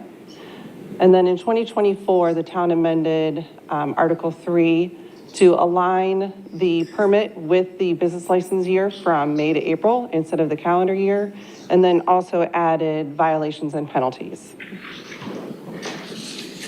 What this amendment will do is to remove the fee for the permit from the ordinance and then reference the master fee schedule. And then there's just a minor text cleanup for your consideration. So again, it's intended to remove the $400 fee from the ordinance itself and reference the master fee schedule, which the town manager just is recommending decreasing from $400 to $50, and then also that minor text amendment. Next steps would be second reading next month, and then the new mobile vending permit would take effect with the May 1st, 2026 permit. And I'm happy to answer any questions you may have. Any questions? Okay. May I have a motion, please? I'll make a motion to approve the ordinance amending the Town of Bluffton Code of Ordinances, Chapter 6, Business and Business Regulations, Article 3, Soliciting and Mobile Vending as presented. Second, Mr. Hamilton. Any further discussion? Hearing none, all in favor say aye. Aye. Any opposed? Motion carries. Thank you. Next, we have Mr. David Nealams. All right, or Nealams. Good evening, Mayor and Council. Good to see you all again. I have a new economic development incentive grant I would like you to look at today for an organization called the Sunshine Bluffton Group. Just as a way of background, remember Council passed this economic development ordinance back in September 12th, 2023. The idea is that the area we call West Buckwalter has 51% of the population, but 17% of the services, and there were multiple benefits, especially if we target businesses, as you see listed here, healthcare, dental, home, et cetera, childcare. If we can get the services where the people are so they don't have to drive all over the place, and most specifically down 278. The way this process works, you've seen this before. We talked with the applicant at the Don Ryan Center, usually on the phone, then in person with stakeholders involved. They submitted an economic impact statement that we got from the Department of Commerce. Staff reviews it. Kevin's team looks at it as well. We then have the staff recommendation. We bring it to where we are right now. So again, the way the grant works, this is, again, a reimbursement grant. The organization only is repaid this money by the town after they've paid it first, so they have to incur that expense first. And for the permit development fees up to 50%, the capacity fees for Beaufort Jasper up to 100%. You can see the matrix here. You've seen this before. This has not changed. And of course, based on the number of jobs and or the capital investment, with a sliding scale for how the permit fees and the other fees work. So that as a way of background. Now here's the actual summary. The Sunshine Bluffton Group actually runs an organization, runs a franchise called the Goddard School. Goddard School is 600 schools around the country. It's an early childhood and development from 6 weeks to 6 years old. This organization that wants to put one in Bluffton here at Washington Square. You can see the site there. You can kind of get your bearings there. There's Berkeley Place. There's the car wash and the Parkers as you're going down Buckwalter Parkway. If you continue to go down towards the bottom of that map, you would run into the Don Ryan Center and the Kroger and all of that. So they also put it right there on the site. A little more information. There's a little bit of a scheme for it. It's a 17,000 square foot childhood education center with an investment of $7.6 million. They anticipate breaking ground in late 2025, and they would like to be open in the 2026 to 2027 school year, so about a year from now. They would be serving 230 children at this location. They would have 36 employees, of which 32 would be teachers and 4 would be staff managers. And Mr. Hamilton, we have encouraged them to hire from Bluffton first. Yes, sir. Based on the size of the investment and what they're bringing to the town, here's the fee schedule. On the left side of the smaller numbers there, you can see that the 5-year benefit to the organization would be $95,624. Again, this is a reimbursement grant. They have to pay it out before we pay them back. And the revenue to the town over the 5 years would be $52,624. Again, these are all estimates. Again, 17,000 square foot of child care space. Begin operations 2026 school year.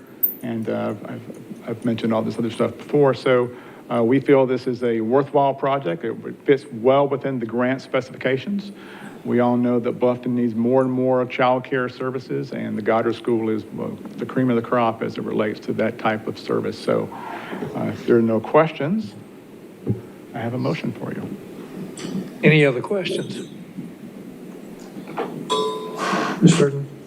No questions, okay. Well, we're moving fast tonight, it's good. May I have a motion? I'll make a motion. I make a motion to approve first reading of an ordinance authorizing the town manager to enter into an economic development grant agreement between the town of Bluffton and Sunshine Bluffton Group LLC for the Goddard School. May I have a second? Second. First and a second, is there any additional discussion? Hearing none, all in favor, say aye. Aye. Any opposed? Motion carries. Thank you. All right, Mr. Forrester again. We're gonna have to get sunglasses. Good evening again. We are here to talk about a contract for the reconstruction of Sarah Riley Hooks Cottage. This is the site, 76 Bridge Street. Some background on this: back in January 2021, we purchased the Sarah Riley Hooks property and cottage. It was about 0.896 acres. November 22, Town Council added the Sarah Riley Hooks project to our capital improvement program and strategic plan. The January 23 growth management staff presented the initial viability and preservation assessment. Back in April of 23, the Meadows came and presented to you all an update on the current state of the structure and recommendations for the configuration and floor plan. And then in 2023 of that same month, the results of the public opinion survey and conceptual master plan were presented to you as well. This contract is just for the cottage itself, so I pulled out the comments around the cottage use specifically. The public opinion survey, these were the top 5 items that came up. History and art space were the top 2. Some of the council feedback that you all gave staff at the time was to incorporate the family history into the future plans, provide public access and restrooms. They prefer to keep the building spaces open and flexible and accommodate different uses such as art and music classes. This is a rendering of the cottage when completed. This is a look at the interior space. So you'd walk into the main gallery area. Off to your right, the first room there would be a studio space with a sink, some more flex space behind that. There'd be a back deck with the ADA ramp, so it's accessible, as well as 2 restrooms, one restroom facing inside, and then an exterior restroom to support the park area. Town posted our RFPs in March of 25 and received 3 compliant proposals. The 4 total, 1 was deemed non-compliant. Bids were evaluated by a committee on qualifications, experience, and value of the overall proposal, and Nick's Construction was determined to be the most qualified bidder. And you can see the scores and average scores down there. Staff requests Town Council authorize Town Manager to execute a contract with Nick's Construction. The total amount is $857,680. We also ask, as we always do, a 10% contingency added of $85,768 for a total potential fiscal impact of $943,448. And it was within the project budget as well. Next steps, following council approval, staff would submit a contract for signatures. They'd have their pre-construction hearing. The duration of the estimated project is approximately 300 calendar days. And then they would bid site development construction in May for the overall site. Any questions or discussion? Frazier, any questions? Mr. Hamilton? Lucky you, no questions. Thank you. Ms. Burton? Oh, my gosh. I know, we'll just wait. Won the lottery tonight. Yes, exactly. That's what it is. All right. That being said. Well, let me ask one, I'm sorry. Do you mind going back to the picture of the cottage? Yes, the interior or the exterior? That one. Okay. Is that back deck, is it covered? I don't believe so. No. Thank you. May I have a motion? I move to approve authorizing the town manager to enter into a contract with Nix Construction Incorporated for the reconstruction of the Sarah Riley Hooks Cottage in the amount of $943,448, which includes a 10% contingency. Is there a second? Second. Motion and a second. Any additional discussion? None. All in favor, say aye. Aye. Any opposed? Say no. None. Motion carries. Thank you. All right. I think you're up again. Oh, I am. Sorry. Take your jacket off this time. All right, so this is the Public Art Committee recommendation. Just for background, back in October of 22, you all approved the public art policy. September of 23, the first meeting of the Public Art Committee was held. They established a roster of artists in April of 24. In January of 25, this is the second go around, but we released a call for art for Oyster Factory Park, and recommendation to award was in April of 25.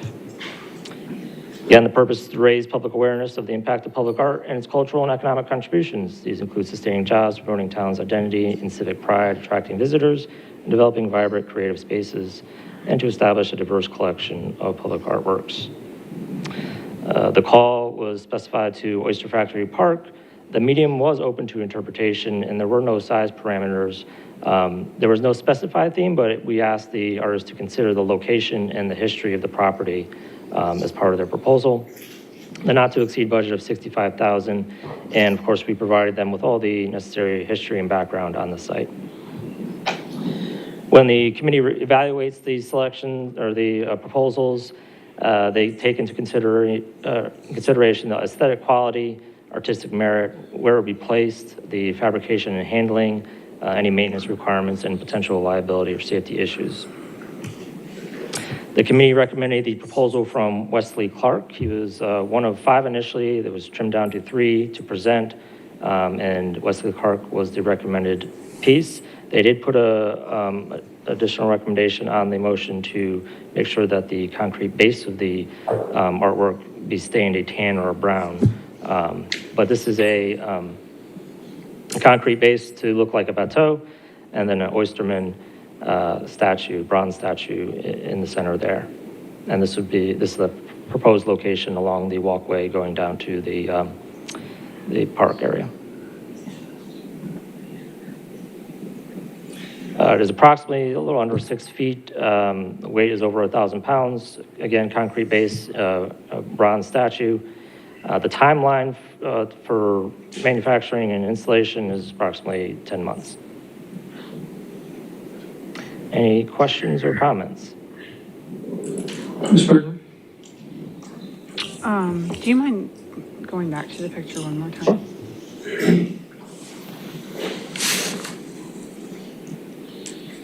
I don't have any at the moment. Mr. Hamilton? It's a lot of money. It is a lot, I agree It's a with lot that. of money. I think we've matured, though. Ms. Frazier? I think it's a beautiful piece. My Only question, I know there's usually like a plaque that will list the artist who did the work, but will there be also like an inscription of the Bateau boat and maybe its significance to the area, or even a little key or something that comes out of the ground for those that may be unfamiliar with it?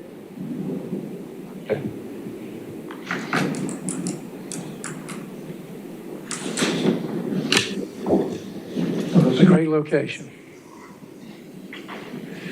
All right. Any other questions? Okay, may I have a motion, please? I make a motion to approve the Public Art Committee recommendation to award the Public Art Commission at Oyster Factory Park to Wesley Clark, fiscal impact of $65,000. Do you have a second?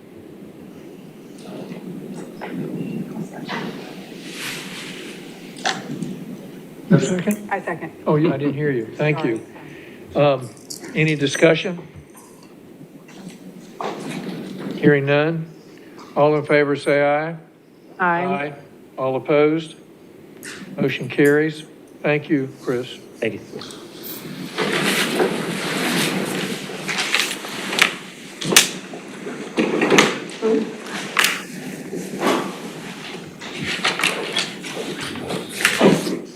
Good evening again, Council.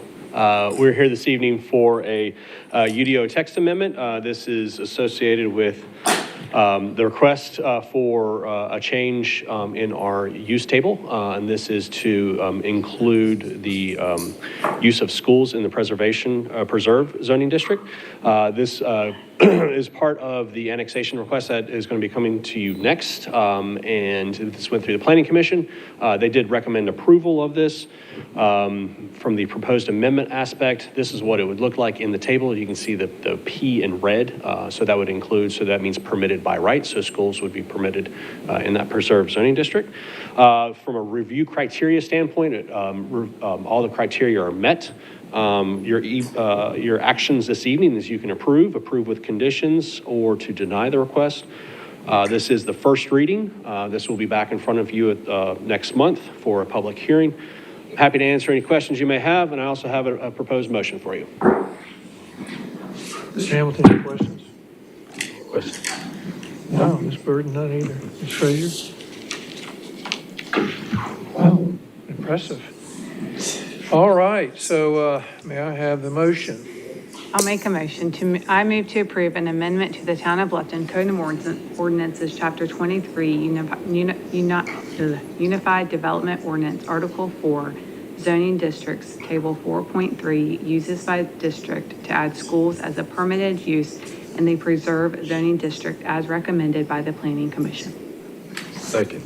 We have a first and a second, a motion and a second. Is there any further discussion? All in favor, say aye. Aye. Any opposed? Motion carries. Thank you. Great. And the next one. Yes, sir. Get it loaded up here. Very good. This is the first reading this evening for an annexation and rezoning request. This is specifically for property that is owned by Beaufort County School District. It's located at 1105 Bluffton Parkway. A bunch of tax map numbers that are listed up there for the annexation, as well as both the rezoning request. So as I go through this process, you can see that it's a total of 24 acres approximately that's being requested to annex in. With that is the concurrent zoning map amendment, and then also, as we just heard, for the preserve, these properties are going to be zoned preserve through our Unified Development Ordinance. And at the intent to annex, the town council had requested that they want to make sure that there were no residential entitlements on any of these properties. And that's why we're going in the preserve zoning district where no residential uses are allowed. So this is just a vicinity map here. You can see the properties that I have dashed in red are the properties that are being annexed, and everything that is in blue is part of the rezoning request. Again, from the boundary map, you can see this, the color right now of yellow is residential general, So that will change to that dark green, which is preserved for all of the properties. From a timeline, this came through in February, came in front of you in March. That's when we worked on the UDO text amendment right after that meeting. They updated their application to include all the properties. It went in front of Planning Commission with a unanimous recommendation to Town Council. Just some quick background information. So the properties that are being annexed, they're in the T2 rural. As you can see that there's a list of almost 23 different uses that are allowed. And then we're going to 8 uses. So all the properties in the preserve would have that. And again, the school is part of that text amendment that we're moving forward. As of right now, the school district has stated that potential use for an early childhood center. And then at this time, they're still in the programming phases, so they're not sure exact locations of the building, but that will come through for a development process. For the review criteria, and met all the review criteria, one specific item is the impact on public services. One Class 3 SRO would be required at time of the building. So at this moment, it is not required, but we would work with the school district and the police department as construction happens to make sure that it aligns for the officer to be there when the doors open. Process-wise, we're at first reading. This will come back to you with a second final public hearing next month. I'm able to answer any questions you may have, and I have 2 motions this evening. I know in the past we've had a difficulty of, there's a lot of text up here. If you like, to make a motion, you could say as shown on the screen. As shown on the screen or as presented, either one. As presented, yes. All right. Any other questions for Mr. Eicher? I have a motion. I make the motion as shown on the screen. Motion number 1. Motion number 1. May I have a second? Have first and a second, and any more discussion? None, all in favor say aye. Aye. Any opposed? Carries, motion carries, thank you. Moving on to the next one. I also make motion number 2 as shown on the screen. No. Need a second? Second. Any discussion? Hearing none, all in favor say aye. Aye. Any opposed? None, motion carries, thank you.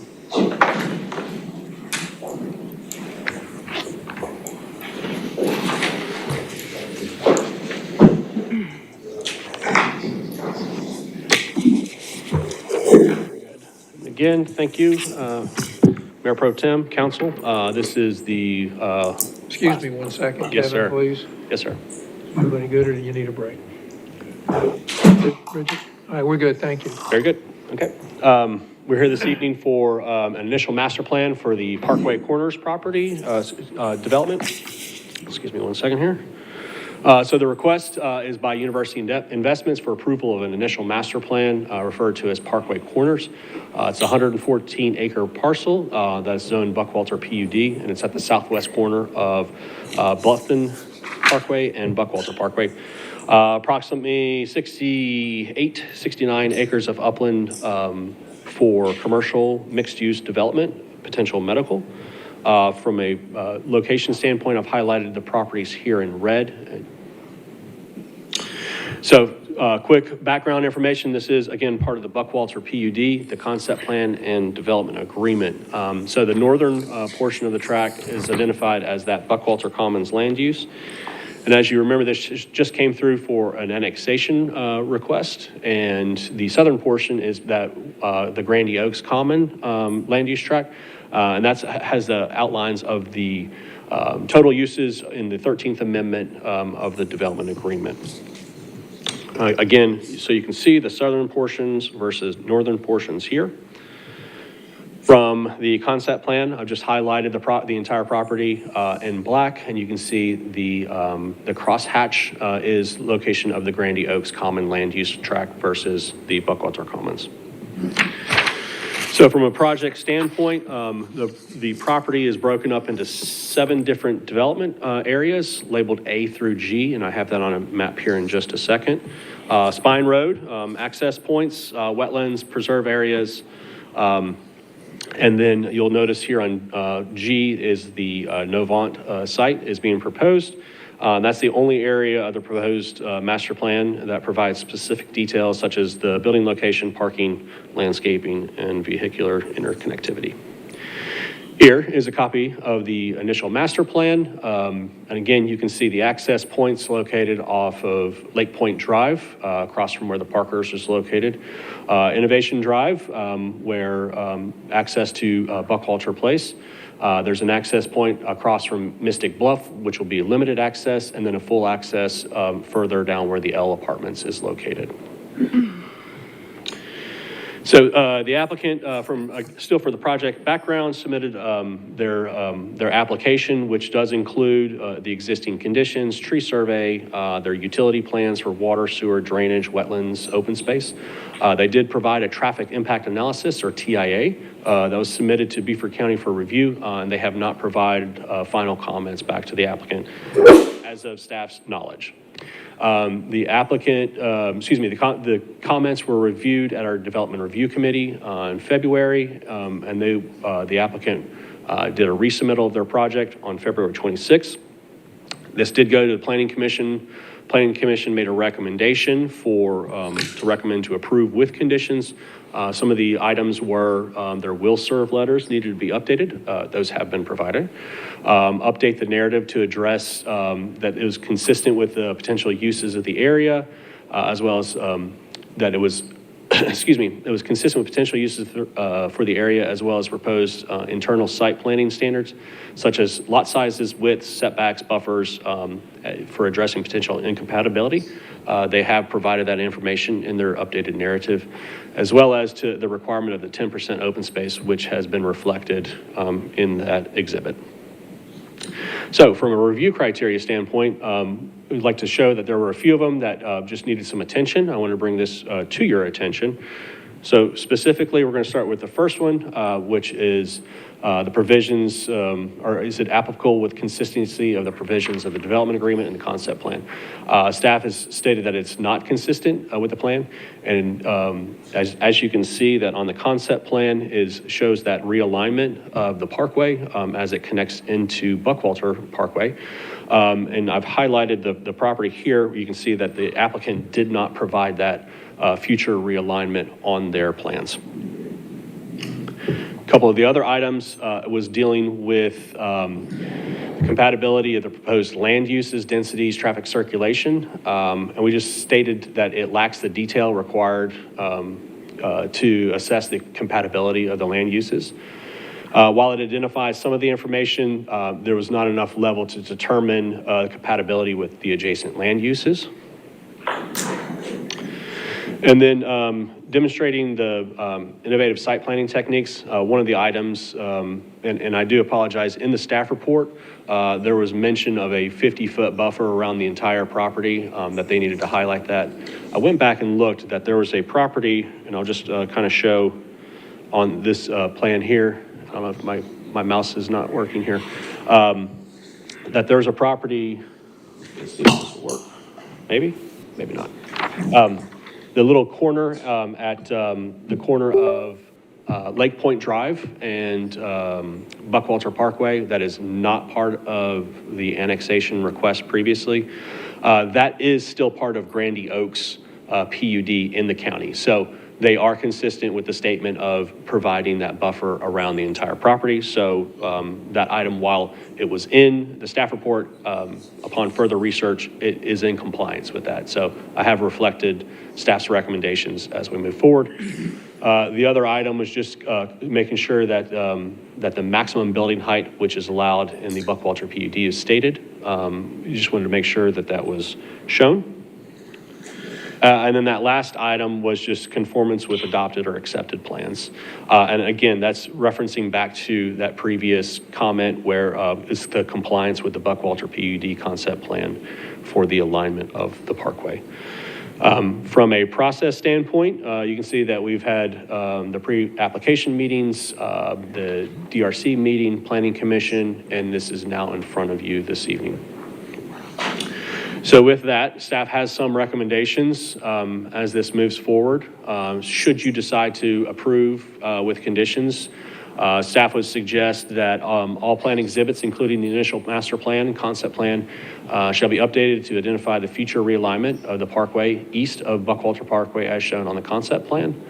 At time of development plan, any proposed development that deviates from this initial master plan Kevin, you said east, you mean west? West, sorry. Got a little ahead of myself there. West of the Bluffton Parkway, thank you.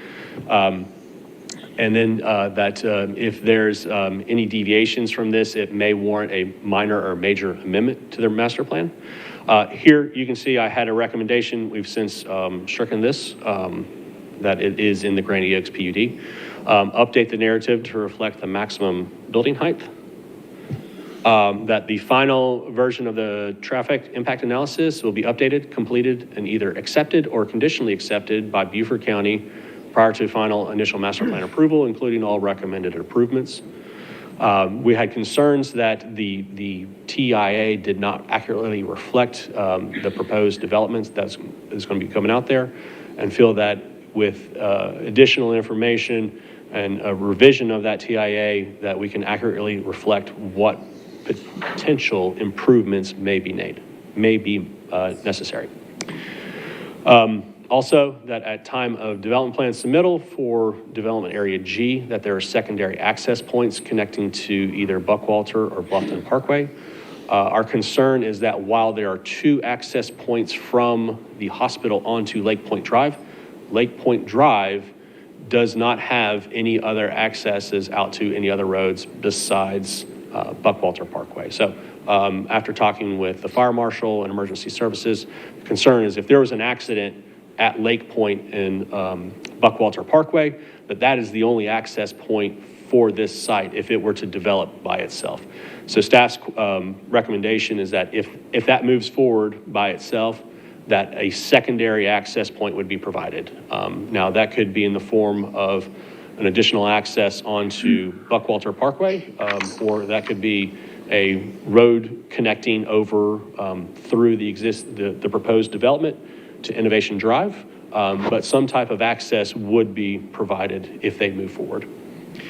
And then prior to that final master plan approval, that we create a phasing plan related to those traffic improvements and associated phases of development. Again, if you've read through the TIA, you'll notice that there's multiple improvements both on Lake Point, on Buckwalter Parkway, as well as Bluffton Parkway, but there's no plans showing at what point of development are those improvements required. So that's where we want to make sure that we fine-tune this report in order to show that if area G starts first, and that's Novant Health, like what improvements, if that is the only development that happens over the next, and I'm just saying hypothetically, 3 to 5 years, what level of improvements are necessary just for that, and then as the site develops into the future, what other improvements based off of either square footage or acreage or uses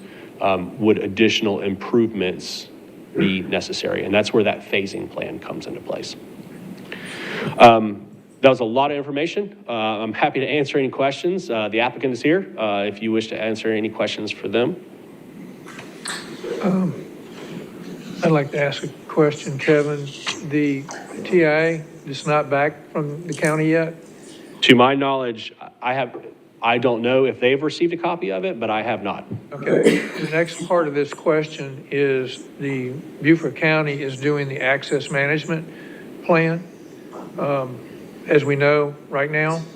So would that impact that access management plan in some way that they're not aware of, or have they considered that? I'm not sure from the county's perspective. I know that they have a copy of this, so they are aware of it. Okay. And it will impact it in one way or another. Ms. Frazier? Mr. Hamilton? Yeah, come back to me because I got to get my thoughts together again. Certainly. I have a few questions and just some. Do you have something? Yes, could I speak, please? Please. for the record. State your name. I'm Jake Reed. Pleasure to see you all. Thanks for having me this evening. With regard to the TIA, the concern is unfortunately was miscommunicated. The TIA does accurately reflect the plan that was submitted, and I do have a specific comment from the Novant team that I'd like to read. But what I will say is that the 100-bed hospital and the comment that was delivered from staff comments about an additional maternity ward and a trauma center, all those things are actually within the TIA that was already drafted, researched, and submitted. So there's not an additional component to. It's all within what's already been drafted and submitted. So I'll read this off here, and this is from the Novant team. Novant Health's planned 100-bed Bluffton Medical Center is expected to open with 50 licensed beds upon day one, with the eventual plan to grow to 100 beds. The community hospital will be a level 3 trauma center, simply meaning the community-based hospital can stabilize and transfer several injured patients to a higher level center. They will provide injury assessment, resuscitation, and intensive care for patients with traumatic injuries. There is no separate service or building acting as a trauma center. Regarding the town of Bluffton's comments for a maternity ward, inclusive to the initial 50 beds, Bluffton Medical Center will have a women's birthing center, which will include 8 labor delivery rooms and 16 postpartum beds. These beds are included in the overall future 100-bed count. Both services mentioned are inclusive to the 100-bed program that was studied for the TIA. So there's nothing in addition to what's been submitted. So the concern, I think we've addressed it, knowing that the traffic impact analysis already spoke to that specifically with this document here. The next thing, as it pertains to the access management plan, it's, I think, important to understand that the PUD predates the access management plans. We weren't necessarily subject to them. However, we have always committed to aligning with them. And we have always agreed to say that the access management plan, the last one that was submitted and accepted, we've always said that we would work to adhere to it as best possible and remain committed to it. With the submission of this IMP, we said, hey, with the unknowns of what could come along, because it's not done yet, we're submitting an IMP now. We've suggested that we would remain committed to the former access management plan that has already been submitted and accepted by the town and the county. So that's all I have at this moment. Ms. Berger. I have some questions, and I'm not sure. Jake, you might need it, or Kevin, I'm not really sure who. Let me think of where to start. I might just start with the staff recommendations and go through it that way. So y'all's first recommendation was to, for them to include in their initial master plan, the potential, I'm going to put in potential, future realignment of the Bluffton Parkway west of Buckwalter. I would like to see that in there. I know we are still potential, but we are waiting for the study to come out that's months away. And at that time, I think we will have to decide what to do with this possible realignment or not. But until then, am I right that if it's not included, could they sell that area where that future potential realignment could go if it's not shown on this initial master plan? Yes, and so there's an access management plan, but there's also the Buckwalter PUD concept plan. So from a hierarchy standpoint, you have the development agreement, you have the concept plan, and then you have the ZDSO and some modifications. So that concept plan has consistently shown that portion of realignment is there. So their plans are not consistent with that concept plan. So that has been out there for a very long time. I don't know the exact date of when it was put on there, but it has been there. And from a staff level, we consistently look at the concept plan to make sure that projects are meeting the requirements of it. So, and that's why that comment is on there. Could if the site was redeveloped, or if the site was developed without the alignment on there, then the alignment can't go there. Can I speak to that, Ms. Berger? Excuse me. before you go point by point, so because there's a lot of different recommendations. So let's finish addressing this one. So I guess my question would be to council, are you interested in seeing this shown as per the staff recommendation, item 1? For me, yes. Okay, and 2? And unanimous. All right, what's the next one? The next recommendation was talking about the buffer, of which he explained that one corner. But I do have a question. If you could just pull up the initial master plan, maybe on the screen.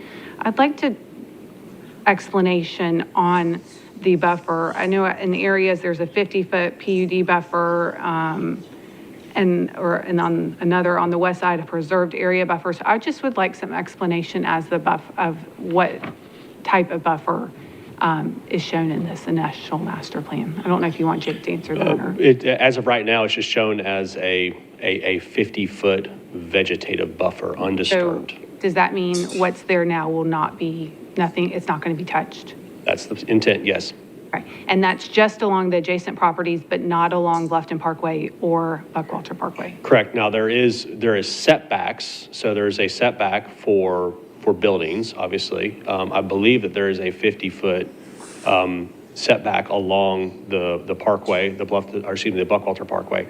I do know that along the Bluffton Parkway that I believe the easements of the power lines run up to the property lines. So there's drainage easements in there as well as power line easements, and you're not allowed to put any type of landscaping in those easements just for the purpose of the power lines. So they're constantly removed. Now along the parkway, obviously there's that 50-foot setback, and I'd have to look exactly at the plats to see what is on there. But as we would go through the development plan process, we would also require additional landscapings if needed throughout that area. I would like to see that. I mean, I think we've learned from some other areas, and we can look at, if you even look across the street at the MUSC or the Novant, they've kept a buffer between their site and Buckwalter Parkway. I would encourage the developer to consider a vegetative buffer along the parkways, both of them, in addition to the 50-foot shown around the adjacent properties. And I know, am I correct that some of the trees that we're seeing currently are in the drainage ditch? That should not probably be there to begin with. Yes, correct. Okay, so if those come down, that's not in any kind, that it's truly in the drainage ditch. Correct. And a lot of the most recent removal was maintenance of areas that literally had not been maintained, had not been mowed. Had they been mowed, it would have just been grass. But over the past 8 to 9 years, without that maintenance, just saplings have started to grow in that area. You mean to stop at that point? Well, let's let him go. Yes, ma'am. Let him go back to where his items are, and so we can try to address them, because we won't be able to make a motion without knowing which ones we're going to go along with. So, so I take it your conversation about the buffer for the time being is addressed? I think so. Okay. And you had a number 2 up here, Kevin. Yes. What are you looking for? So this item number 2 says at time of development plan applications, any proposed development that substantially deviates from the approved initial master plan as determined by the UDO administrator may warrant a minor or major amendment to that document. So one of the concerns that staff has with this type of development, we're not sure what they are proposing to do beyond the Novant site. Our concern is that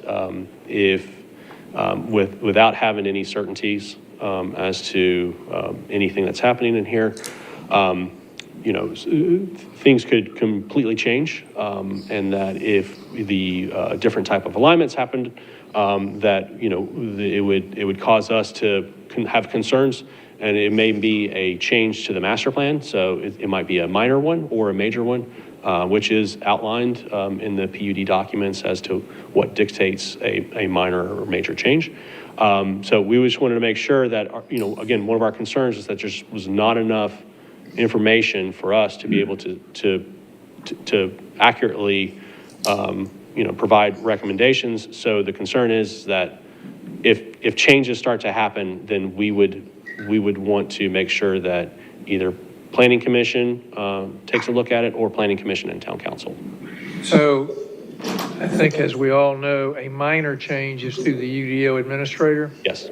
A minor change does not come back to the eyes of council. Correct.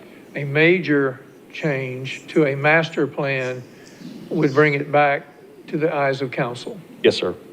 Thank you. With this road that's shown in this initial master plan, if it's moved, is that a minor or a major? It depends. We'd have to see what comes about. So depending on what changes are made, we would then have to make that determination. In this particular area, Kevin, there are already those designations in terms of what the allowable use is for this particular area? They have dictated, it says outlined in the red area, it's kind of hard to see, that says medical, commercial, mixed-use out parcels. And the area in blue states commercial, mixed-use out parcels.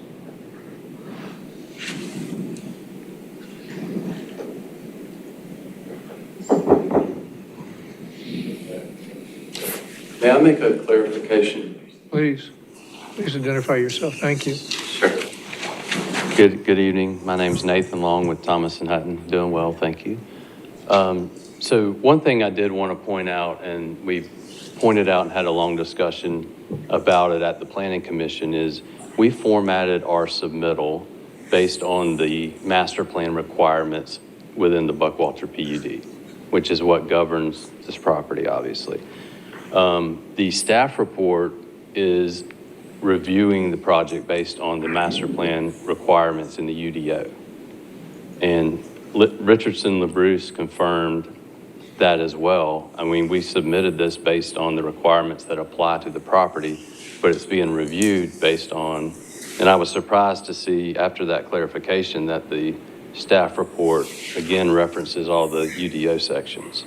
So I think that we are in compliance with what's required, and we've tried to have those conversations and make sure that we submitted the correct documentation.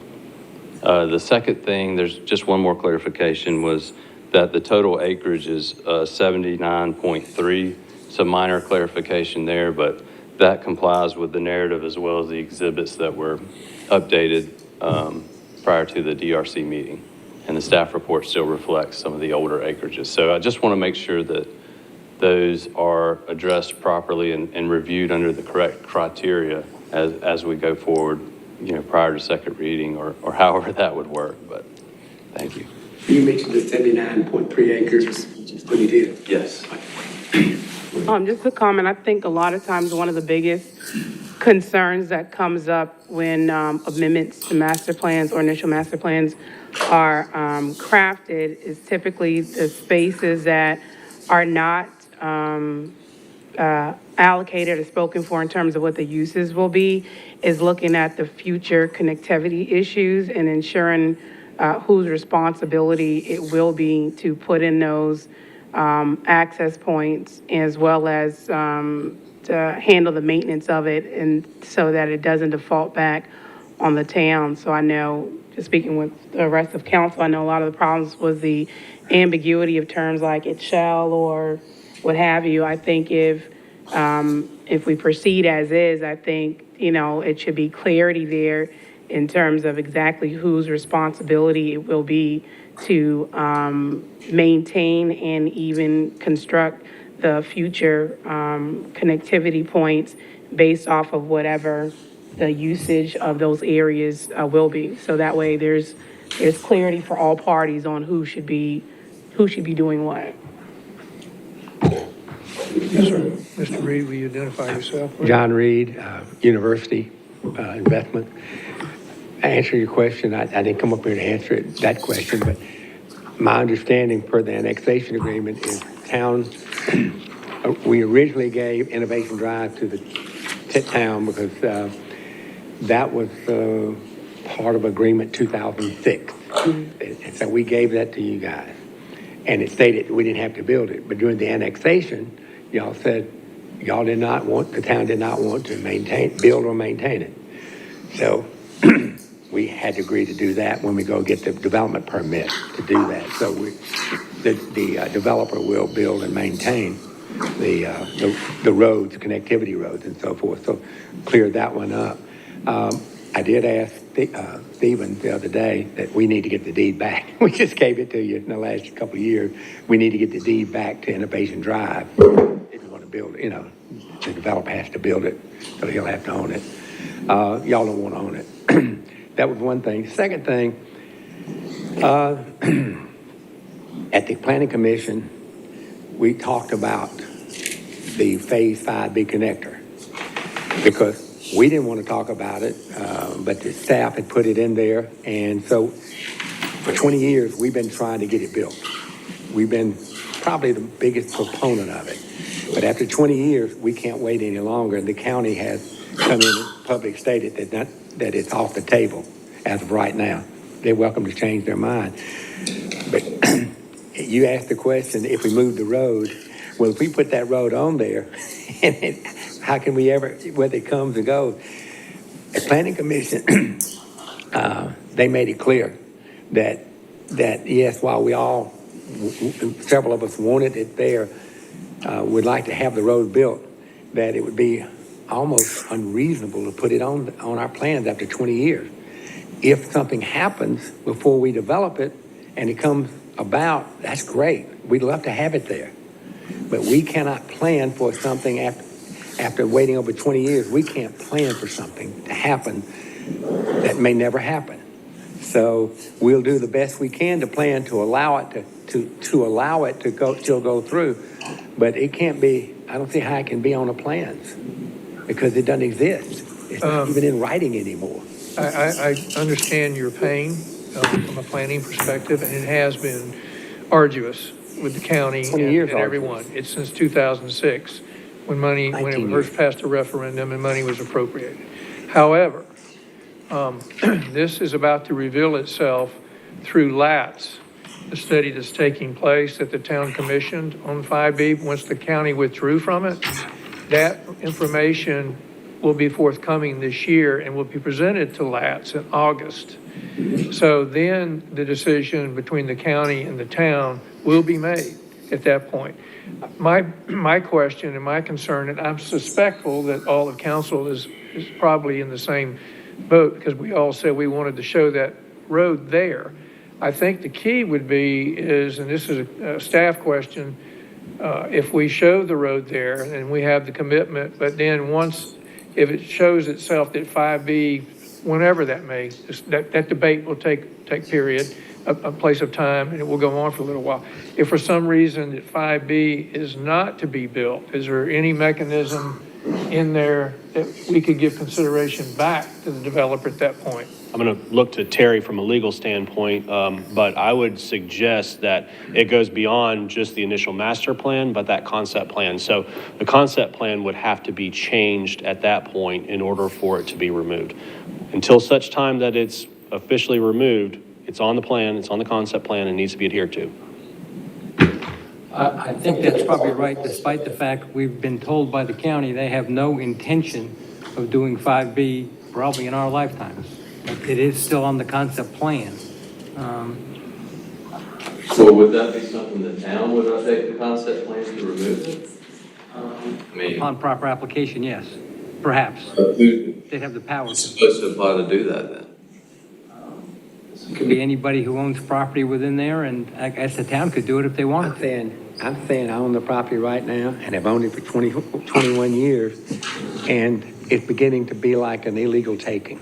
Planning Commission basically said that would be an illegal taking of personal property. May I interrupt? Yeah. I remember you always wanted that road there. I wanted it. You've always pushed for that road there with the town of Bluffton. And so what the town is emphasizing to you is the answers to some of these questions will be coming out just in 3 months. Well, After 20 years, 3 months. But we don't know what's going to happen in 3 months. more My months. point is, if it comes out in 3 months and you can get it, you know, and nothing's going to be built there on that section. It's not even, it's just conceptual right there, where the road hopefully will be built someday. So I would like to say, if you pass it and can get it funded, it's one thing to pass and get it funded, and it's in the agreement with the county, it's a swap. They're going to swap that property, we're going to get our property back, and because we gave it to them originally. And they can't do it without swapping it. So I guess what I'm saying is, yeah, we will be glad to come, if you get it approved, we'll be glad to come back, because we don't have a development plan yet for that. It's conceptual. The only plan we've got is for the lower corner down there next to Parker's for the hospital. That's the only plan that's pretty well done, yeah. Which raises a question for me, is because if I'm looking at this initial master plan, that development area G looks like it's the only one ready to move forward almost. And I wonder if is it possible to move forward with just area G? Because I know the hospital's ready to go forward, but. Well, we'd like to get our initial master plan ready to go, because the hospital can't even plan. They've got to make their plans. They're going to make their plans sometime in the next several months. They've got one set of plans for the initial hospital in the lower right corner down there next to Grand Oaks and the Parkers. The rest of it, they're going to start planning. They may be already planning it, I don't know. But they know about the road, and we're trying to plan it so it can be added, but I can't force them to do that. And then, if you remember, some of y'all were here, we only brought in originally the corner down there for annexation. The then mayor, Lisa, said, John, are you going to try to buy the rest of the Robertson property, because they can't get to it without getting through your property? I said, yeah, we're trying to buy it now. She said, the council meeting, they said, would you please take this off and bring it back after you've settled? It took us about a year to do that. So we've done, we think, everything y'all have asked us to do every time. And so now we're bringing it back, and if you remember, it's about 79.3 acres of uplands there. It's such a big, but it's all commercial or medical commercial, so you can't plan, all you can do is concept planning right now. It's not like when I do my master plan communities and lay out houses, lots, and so forth. So all we can do is concept, a very conceptual. You ask about the road access plan, that's the agreed upon access plan that we agreed upon with the county way back when. So every one of those, and we're doing that, we've agreed to do it, we'll continue to do it. So you have your access points. We only have 3 right now, 2 down there, and then we got Innovation Drive. So we did have another one right directly to where the hospital is there, just above Parker's. But y'all asked us to take it out. Somebody asked us to take it out because it was too close. They thought it was too close to but you could get a right in, right out there also. But they thought it was too close to that turn lane coming off of Bluffton Parkway. So anyway, I know we've done everything we think y'all have asked us to do. We go by the rules, and we're asking you to not put on something that's been there for 19 years, but still not built.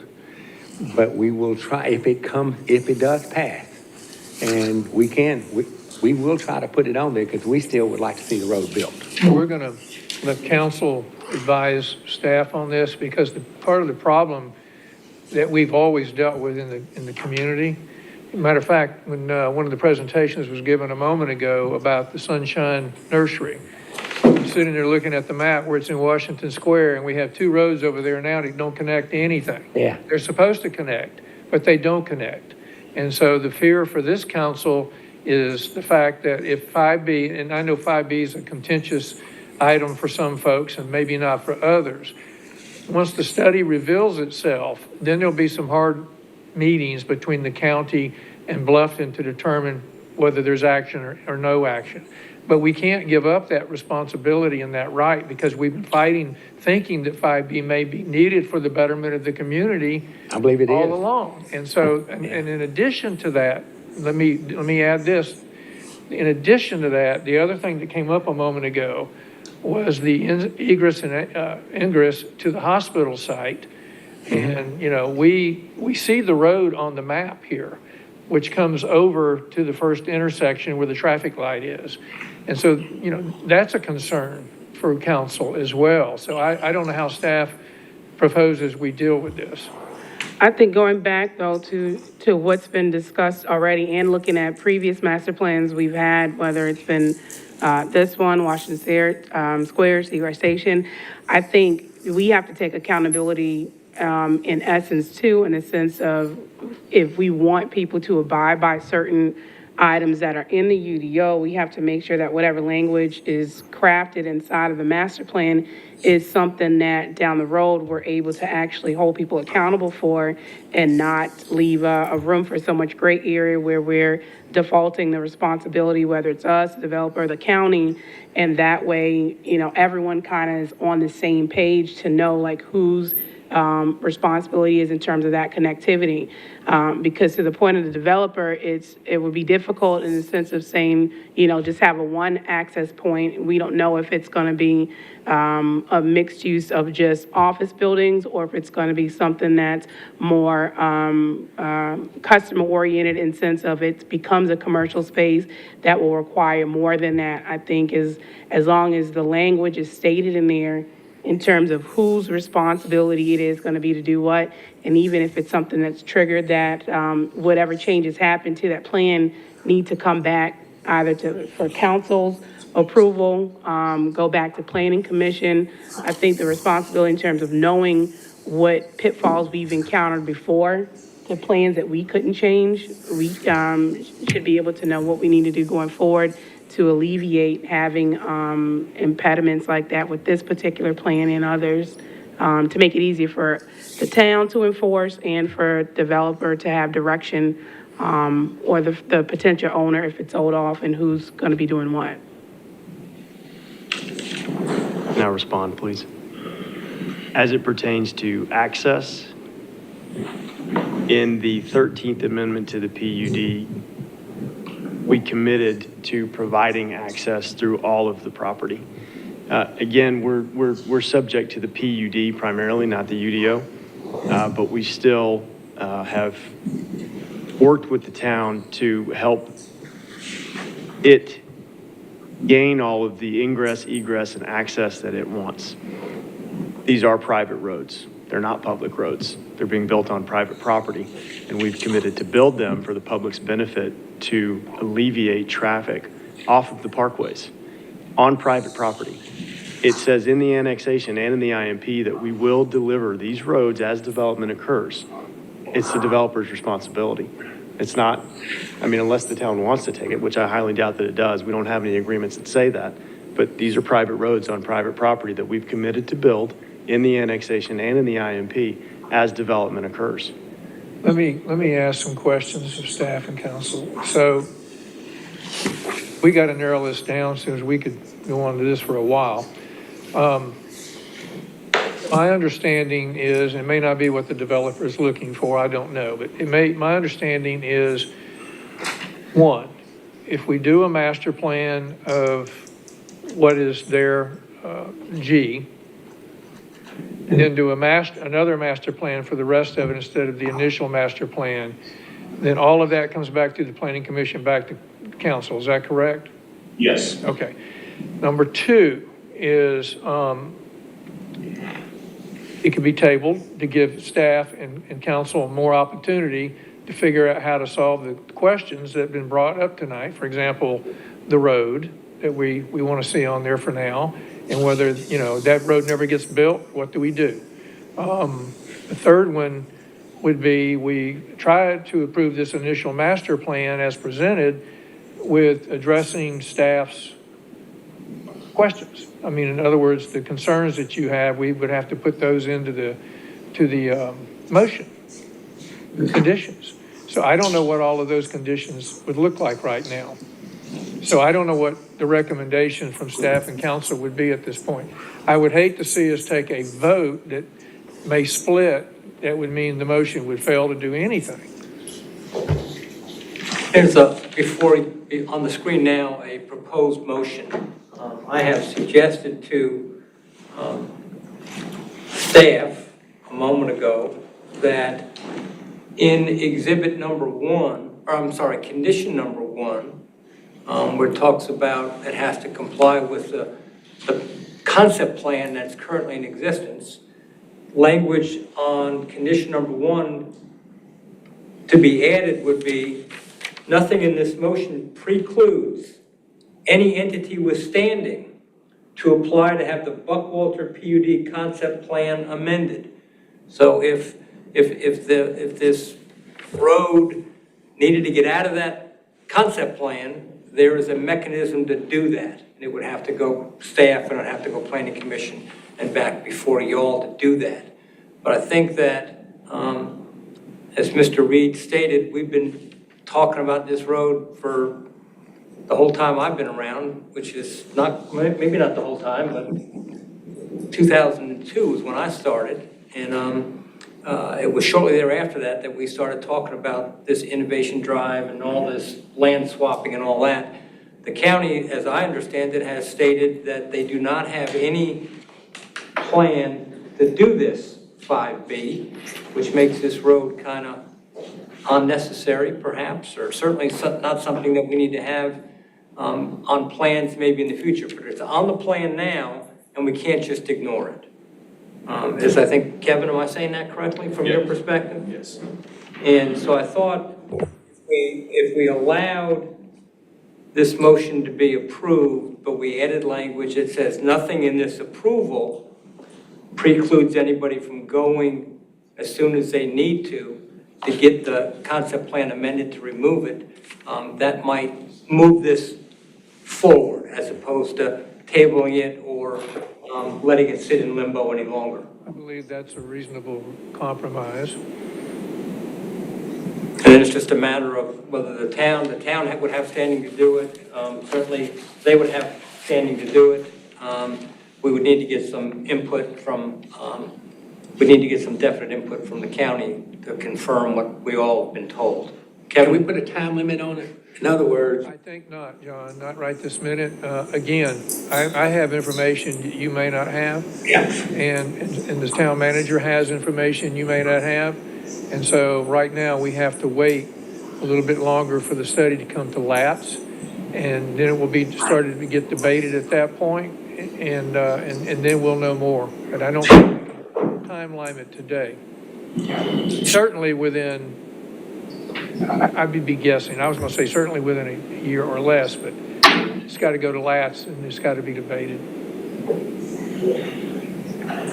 There's a problem with the negative there is that it's been approved several times, but it can't get funded. I have information you don't have. I got some different, I know. I got a It question. doesn't mean that you won't be correct, but I have information you don't have.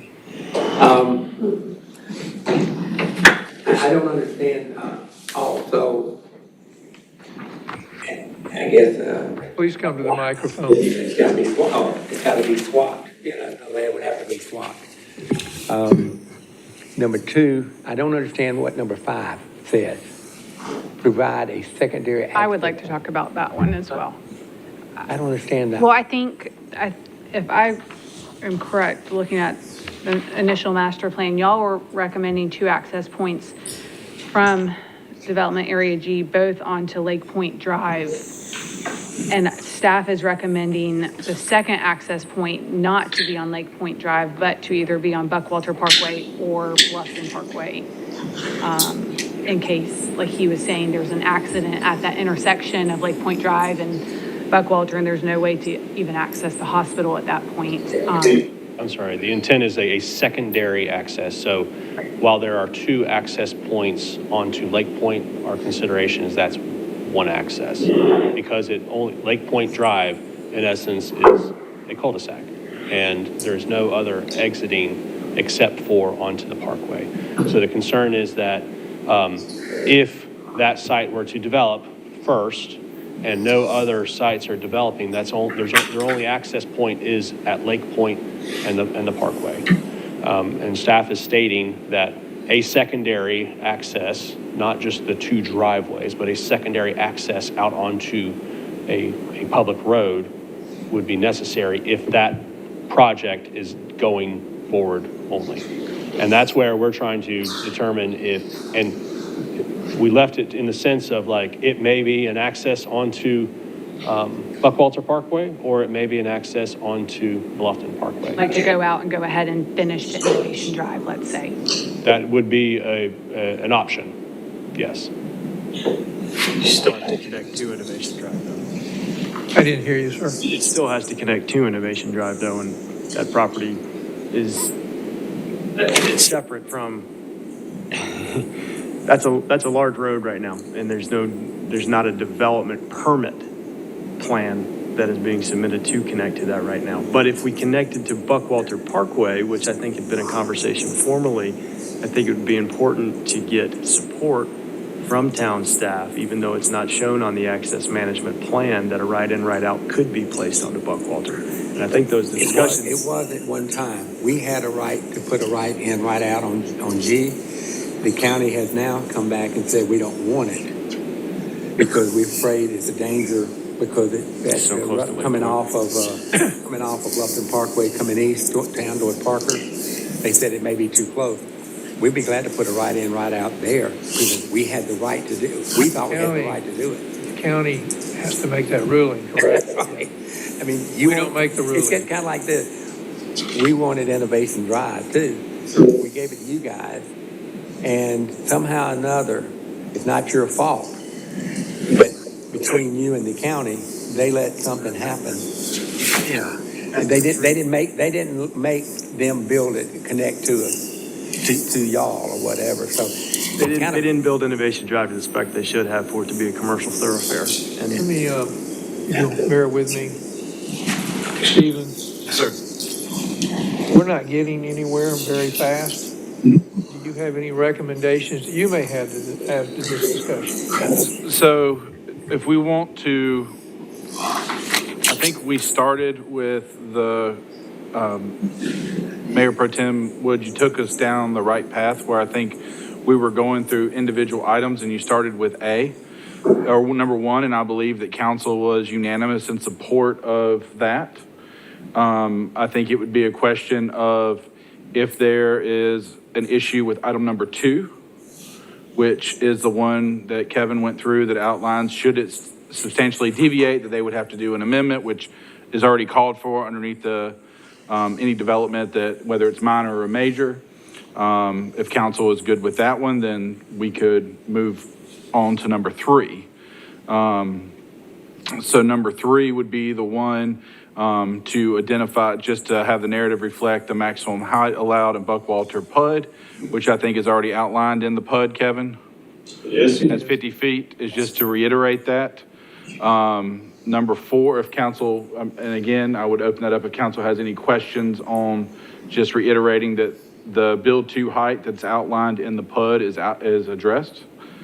I think number 4, based on the conversation that's taken here, it sounds like if, again, going back to if the TIA meets what county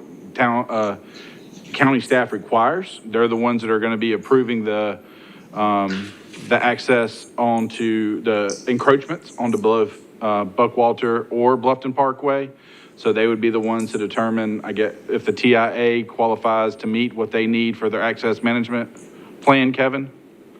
Correct. And if the county is happy with what's been there, then there would be no need to update, correct? Yep. So I think if... Excuse me, is that language as written accommodate what your point is? Well, where I was getting with that, if council, based on the conversation that's taken place here, I think if we wanted to amend number 4, it does say accepted by Beaufort County prior to final initial master plan. I think if the county simply tells us that they've accepted it, then that meets the qualification for that one, Kevin? Or would you rather address the language to better clarify that?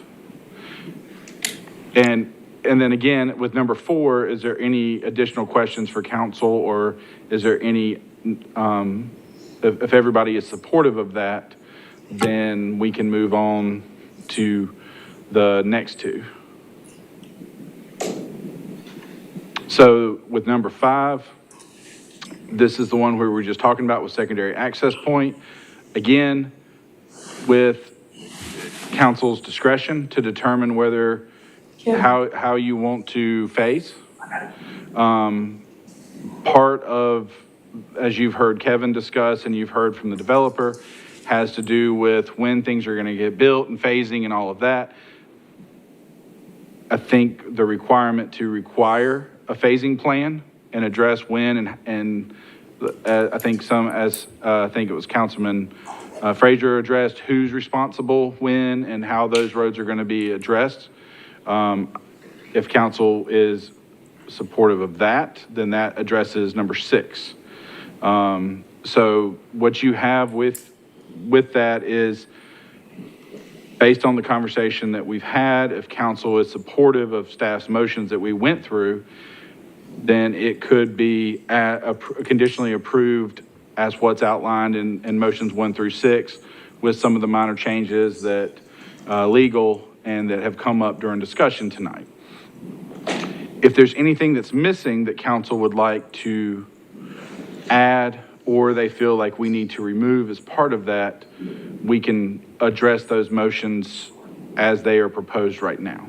But if, based on the discussion that we've heard, I think from council tonight, there seems to be support for the suggested motions that are in place.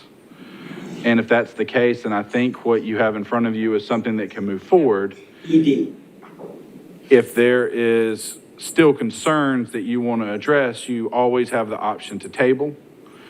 So I think if, in the roundabout way that I've answered that, Mr. Wood, I think if council is supportive of the staff recommendations, there's an option to move forward. If not, I agree with you and think it may be an opportunity to table to a later date.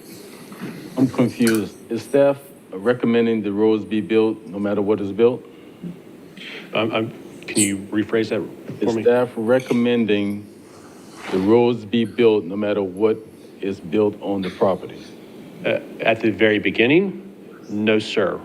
We're not recommending that. What we're recommending is for that number 6, where it says the phasing plan, that's where the traffic consultant, we work with them on, based off of as development comes online, at what point is it warranted to make necessary improvements.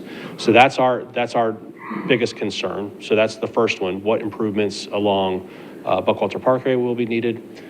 What we are saying in number 5 is that there is that access point. Now, that doesn't necessarily mean it has to be Innovation Drive. And that's where we say either connecting to the Bluffton Parkway or the Buckwalter Parkway. As Mr. Reed stated, he's like, we could potentially do a right in, right out only on Buckwalter Parkway. If we can work with the county to do that, then that's an alternative in order to move forward. What if we agree to do that with the town, but we don't have a right to do it? I mean, we'll agree that if you can get the town, if you and I, the county and the town and the developer can get the county to agree to it, even if it's temporary. Maybe it's just a temporary one until Innovation Drive does happen. We would agree to that, because we can't agree to something that we have no control over. But we'll agree to work with the town, put a right in, right out there. And if the county, and even go further and say, it can be a temporary, if you want it to be, or if the county, until you do have one at Innovation Drive, a connectivity to Innovation Drive. Okay, but it puts us in a limbo if we know that access point is not shown or is not approved or not recommended. It puts us at a place where we didn't do our work properly. That's how I see it. So because of this type of development really requires how you move things around, right? Just, I mean, we got to be able to move within, and it makes it a safe and an inviting place to visit. So the county is not at the table tonight, but maybe we need to have that. We need to have that discussion with the county to make sure that they see at the same time what we are trying to accomplish.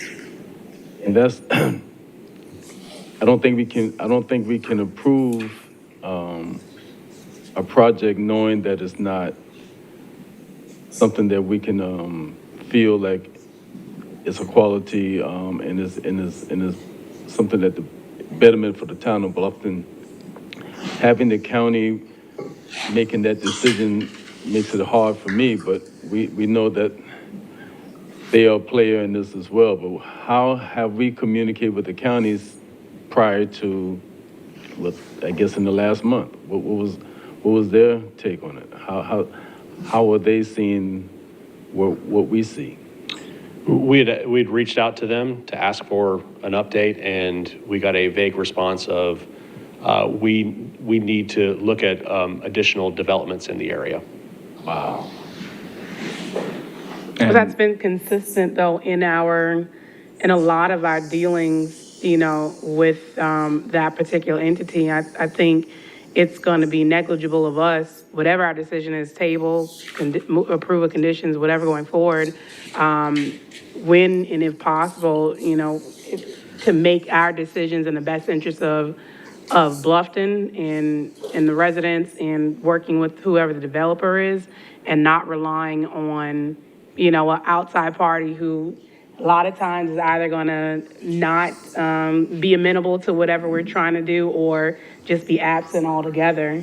So I don't know how much impact in terms is necessary from them in order for us to make a decision, but I think where we can have that ultimate say so, I think we should, with the staff recommendations and deferring even to what the will of council is, to create our own preference in what we want to do. Dan you made Dan, I got to agree with Dan. We are getting nowhere fast, and the night is not getting any younger. So it's for the developer here tonight. Do you want us to make a decision tonight, or you want us to table this until we can get clarification? One thing I would say is the traffic study does support the access points and locations for safe ingress and egress to the project. That has been submitted to the county. Obviously, we need to get their approval and get them to review and agree to that. Now, EMS access with the fire marshal is a separate issue from just traffic circulation.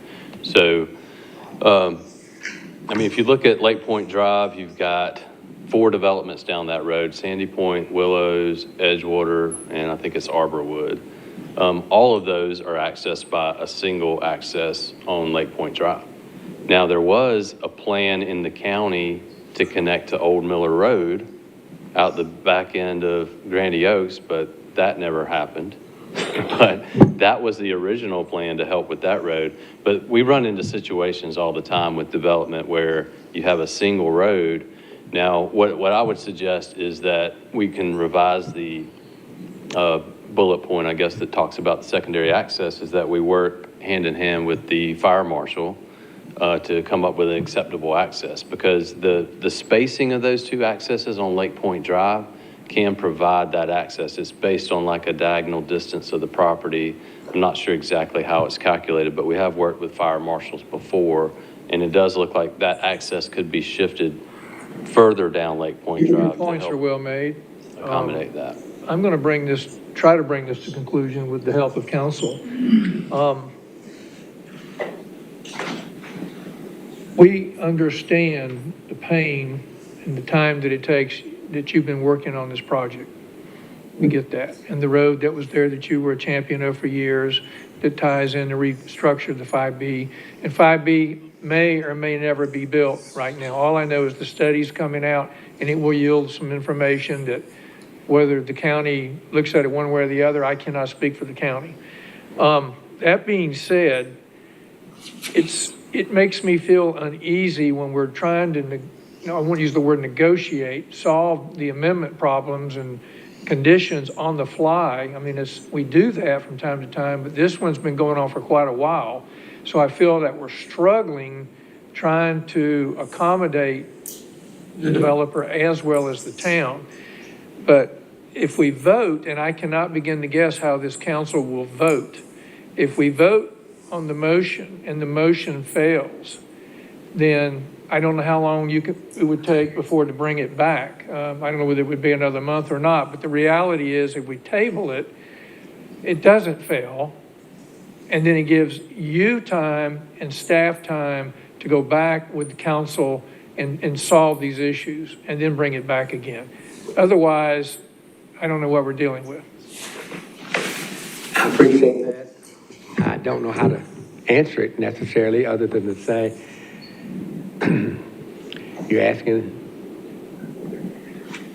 asking a private developer to solve a lot of issues that aren't our issues. But I understand it, but we're trying to. And I've done it every time I've tried to do it. And now, because the county didn't do what they're supposed to do in their PUD with Old Miller Road, it's in their agreement, in their original agreement, I'm pretty sure that they have to connect it, but they never made them connect it. But they didn't do that. When we gave you Innovation Drive, the county did not make them, and they didn't make them connect. They didn't connect Innovation Drive. Now you've asked us to put two places, so we've done it. We've done the two places on Lake Point Drive, to try to make it better. But now you're trying to get us to solve everybody's problem. I will work with you, Mr. Reed. I know this is difficult. Obviously, it's difficult for us as well. Yeah. We're struggling up here. Yeah. Do you want to vote from council, or do you want to have a table? What are the impacts of the vote? Well, he just told us it could be a monthly. We've got a hospital that's trying their best. Do you want a vote, or do you want it tabled? Well, is there another option? We tried to work it out tonight, and unless council wants to continue this dialogue, I don't know that we're getting anywhere. Well, this is my one question. Before we decide to vote the table or do an actual vote, there's a request potentially right now to table and have them come back. If that potential request is taken to a vote, what changes from tonight versus another meeting in terms of it appears that staff has made the recommendations based off of what they have. Developer has met those. As, there's information you're saying that you want.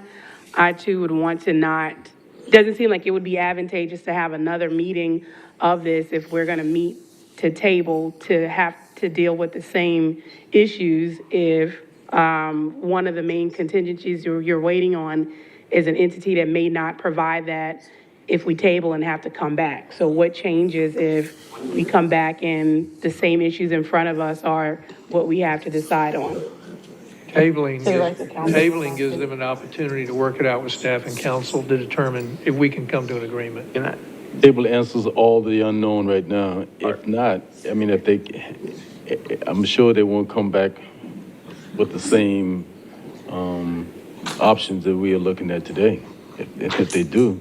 No, I agree with you. I'm just asking based off of like the 6 items here and the bulleted points, many that Councilwoman Burton had mentioned, and if Kevin could respond to that, what outstanding information from those bulleted points and from what we see in front of us are going to change from a staff perspective that would have you all revamp this and give us new information? If it's tabled, are we going to be seeing the same things that we have to make a decision on? Well, this point is a big issue for me. I agree. That's a big issue for me. And the road. I've just asked the developer to please look at the 6 conditions that staff has suggested and let us know what they can't live with.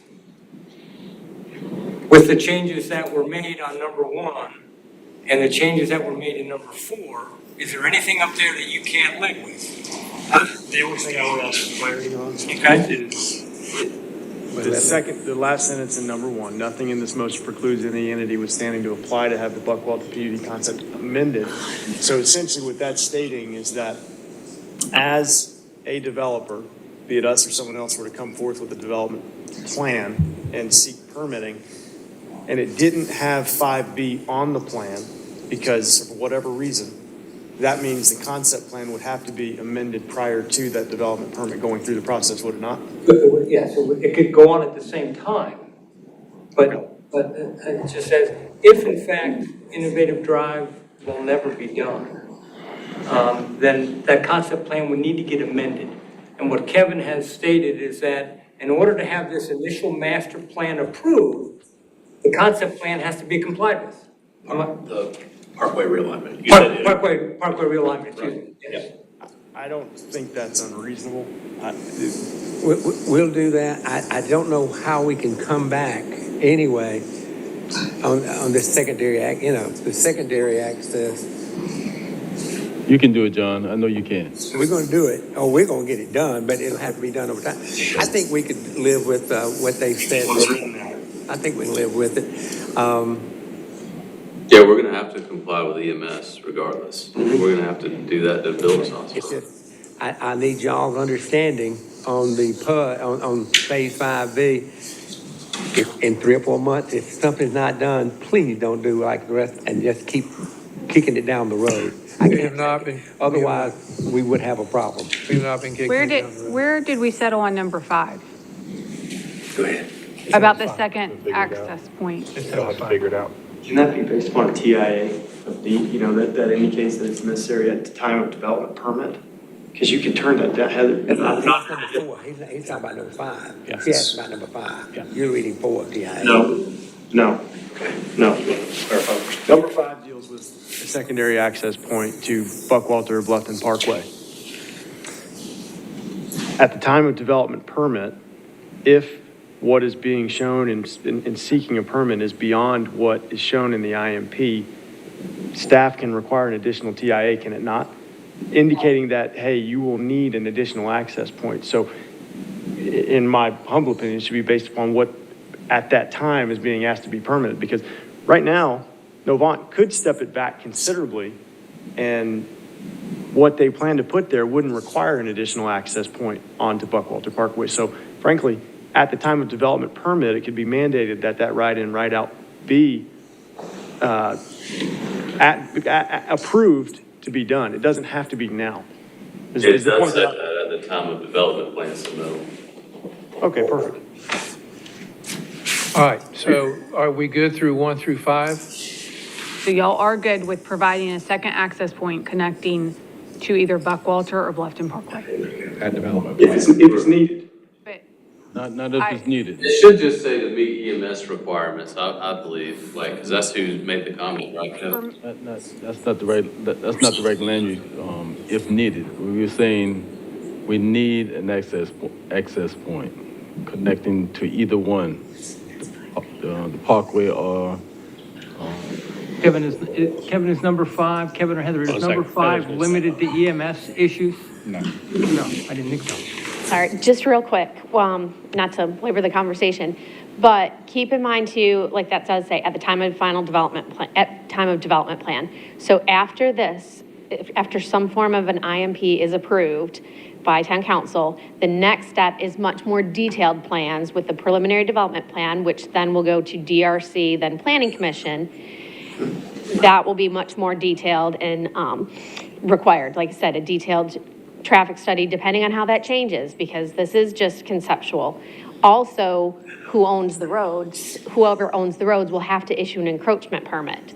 So while as where those access points are, based on the number of trips, whoever owns that road, in this case Beaufort County, would have to issue those encroachment permits. What I would ask from town council is, like we said, that those details do get worked out later in the development plan phase.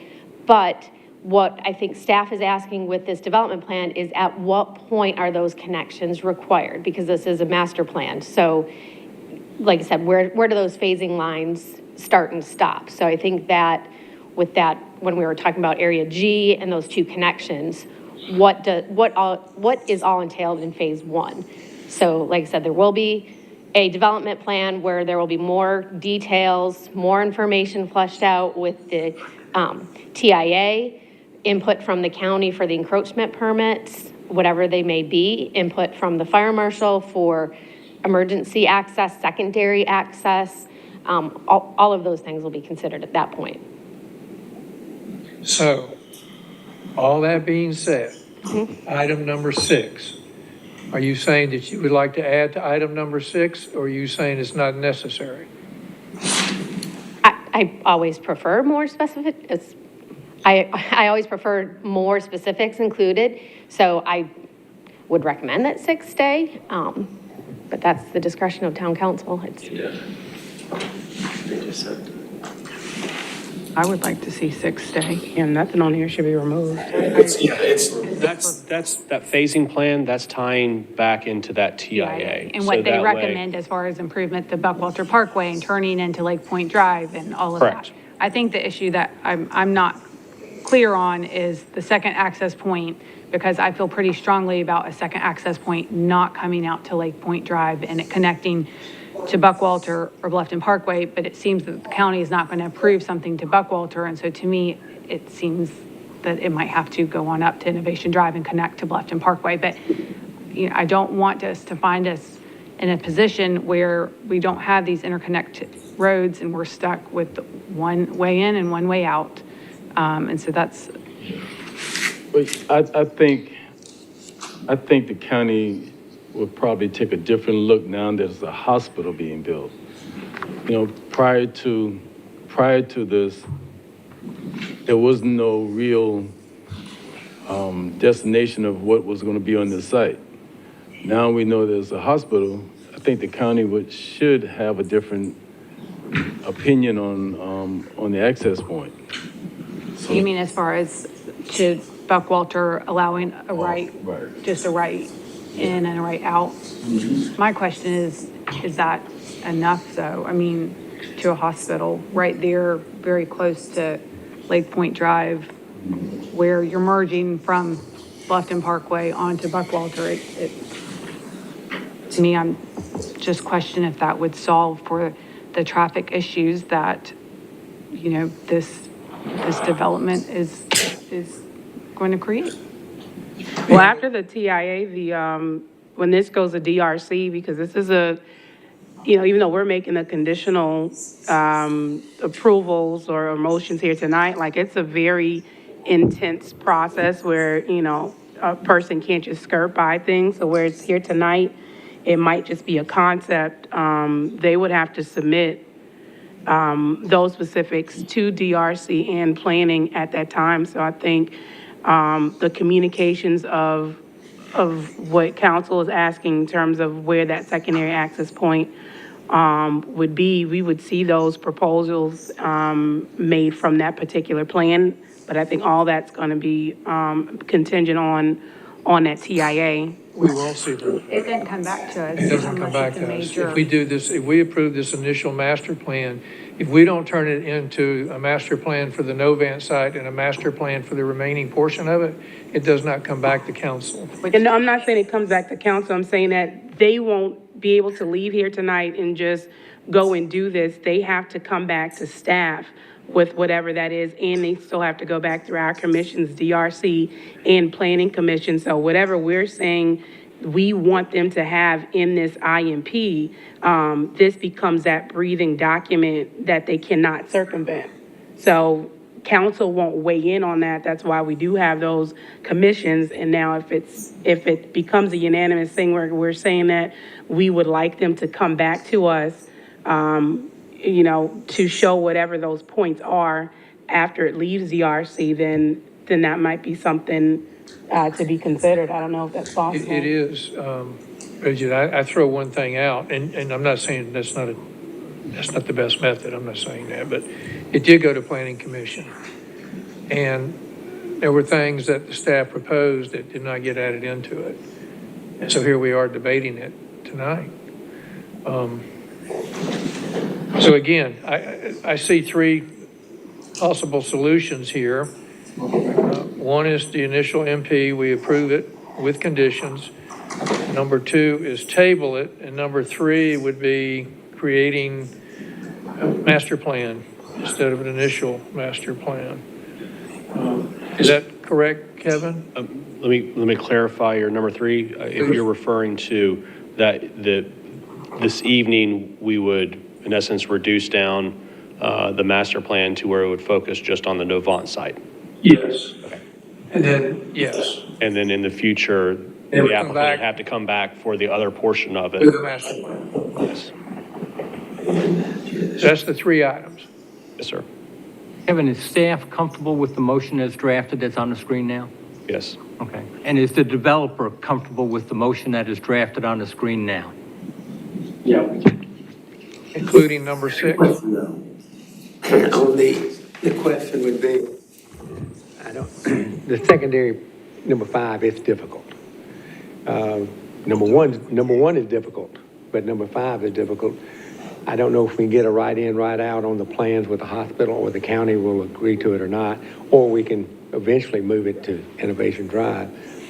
What is the problem with the 50 feet? I mean, is 50 feet height very important, or can you go 64 feet if we needed it?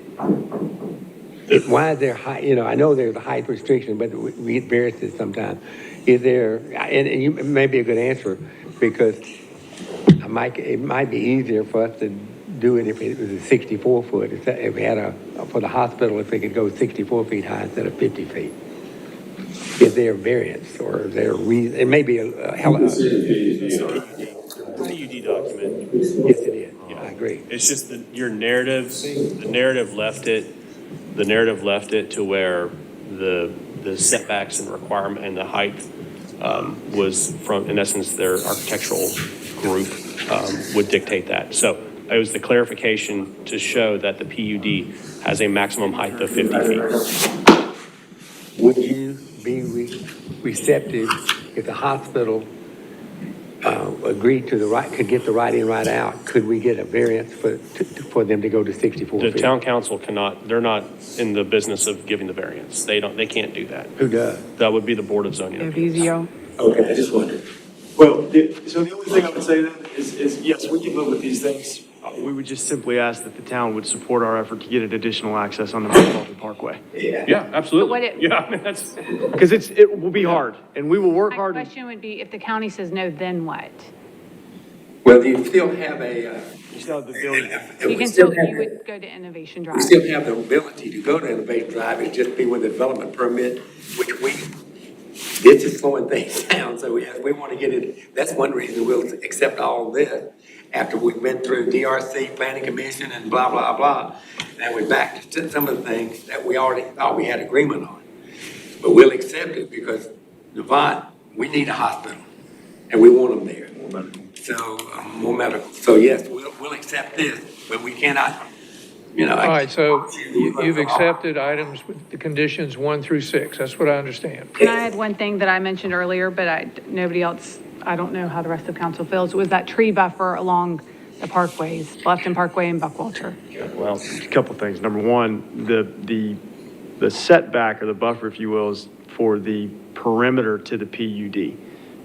At that location, that's not a perimeter to the PUD. There is a setback, however, for drainage and utility.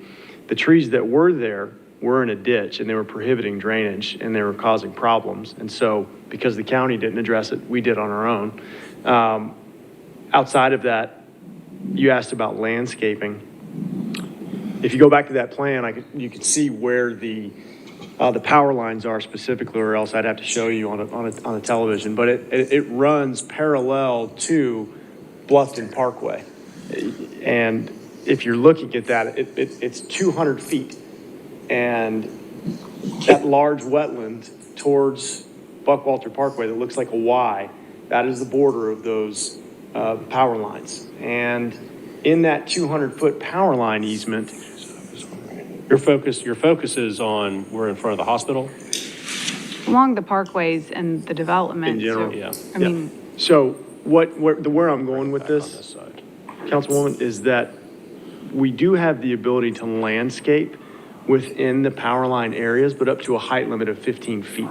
So what they ask is that we limit the landscaping to that height. And if it gets higher, then they'll just come through and either poison it or chop it down. So we have the ability to landscape and meet the standards within the PUD to create the buffering that I think you're asking about, to create, a bit of a visual break. But not in the transmission easement. Yeah, just leave it. Yeah, that's a new one for it. Do that. Would it You can be? plant only up to 15 feet, certain Would- species.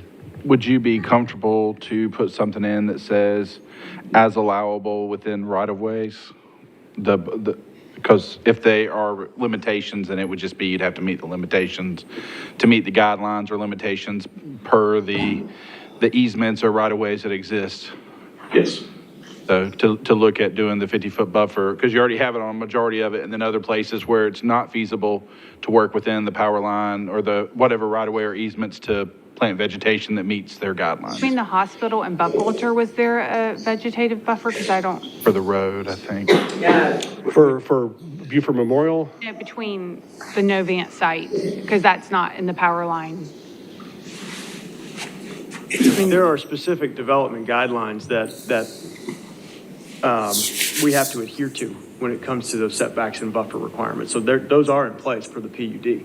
And there will be planting requirements in those areas as well, most likely. I think we will live with it. I think we're all tired. And if you do those, Kevin, am I right in that statement? those 6 or 7, whatever, maybe adding a 7th one, we will live with that and try to make it work. And I hope you guys can make it work with the county somehow. On both issues.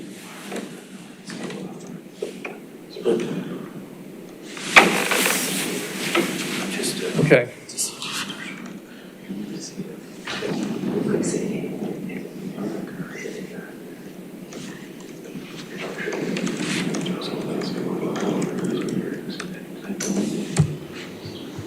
You might just make mention of any PUD requirements.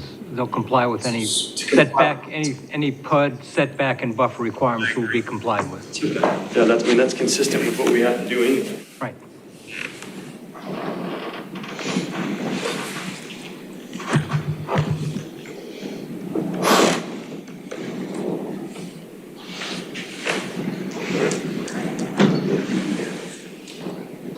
Okay, moving on. I'd like to call for a motion for item 9 on the agenda, consideration of the initial master plan for university investments with amendments as proposed by staff. May I have a motion? As soon as we move that. I make that motion. May I have a second? Second. Is there any more discussion? Hearing none, all in favor, say aye. Aye. All opposed? Nay. Motion carries. Thank you. I thought I was on a roll getting through all this tonight.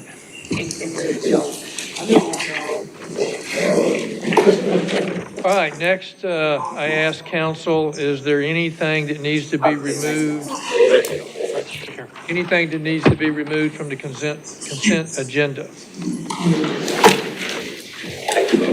No removals? Okay, so could I have a motion to approve the consent agenda items? So moved. Need a second? Second. Got a motion and a second. Any further discussion? Hearing none. All in favor, say aye. Aye. Aye. Unanimous. Let's see here. Next, we're going to go into executive session Are we coming up? for discussions relating to arrangements for proposed land acquisition in the area with Buckwalter PUD and Old Town Freedom, pursuant to SC Freedom of Information Act. Also, number 2, personnel matters relating to the town manager annual review, And number 3, receipt of legal advice relative to legal investigation summary concerning Sean Cicchini affidavit and related subjects. May I have a motion? So move. Second? Second. We have a motion and a second. Any discussion? We are now in executive session.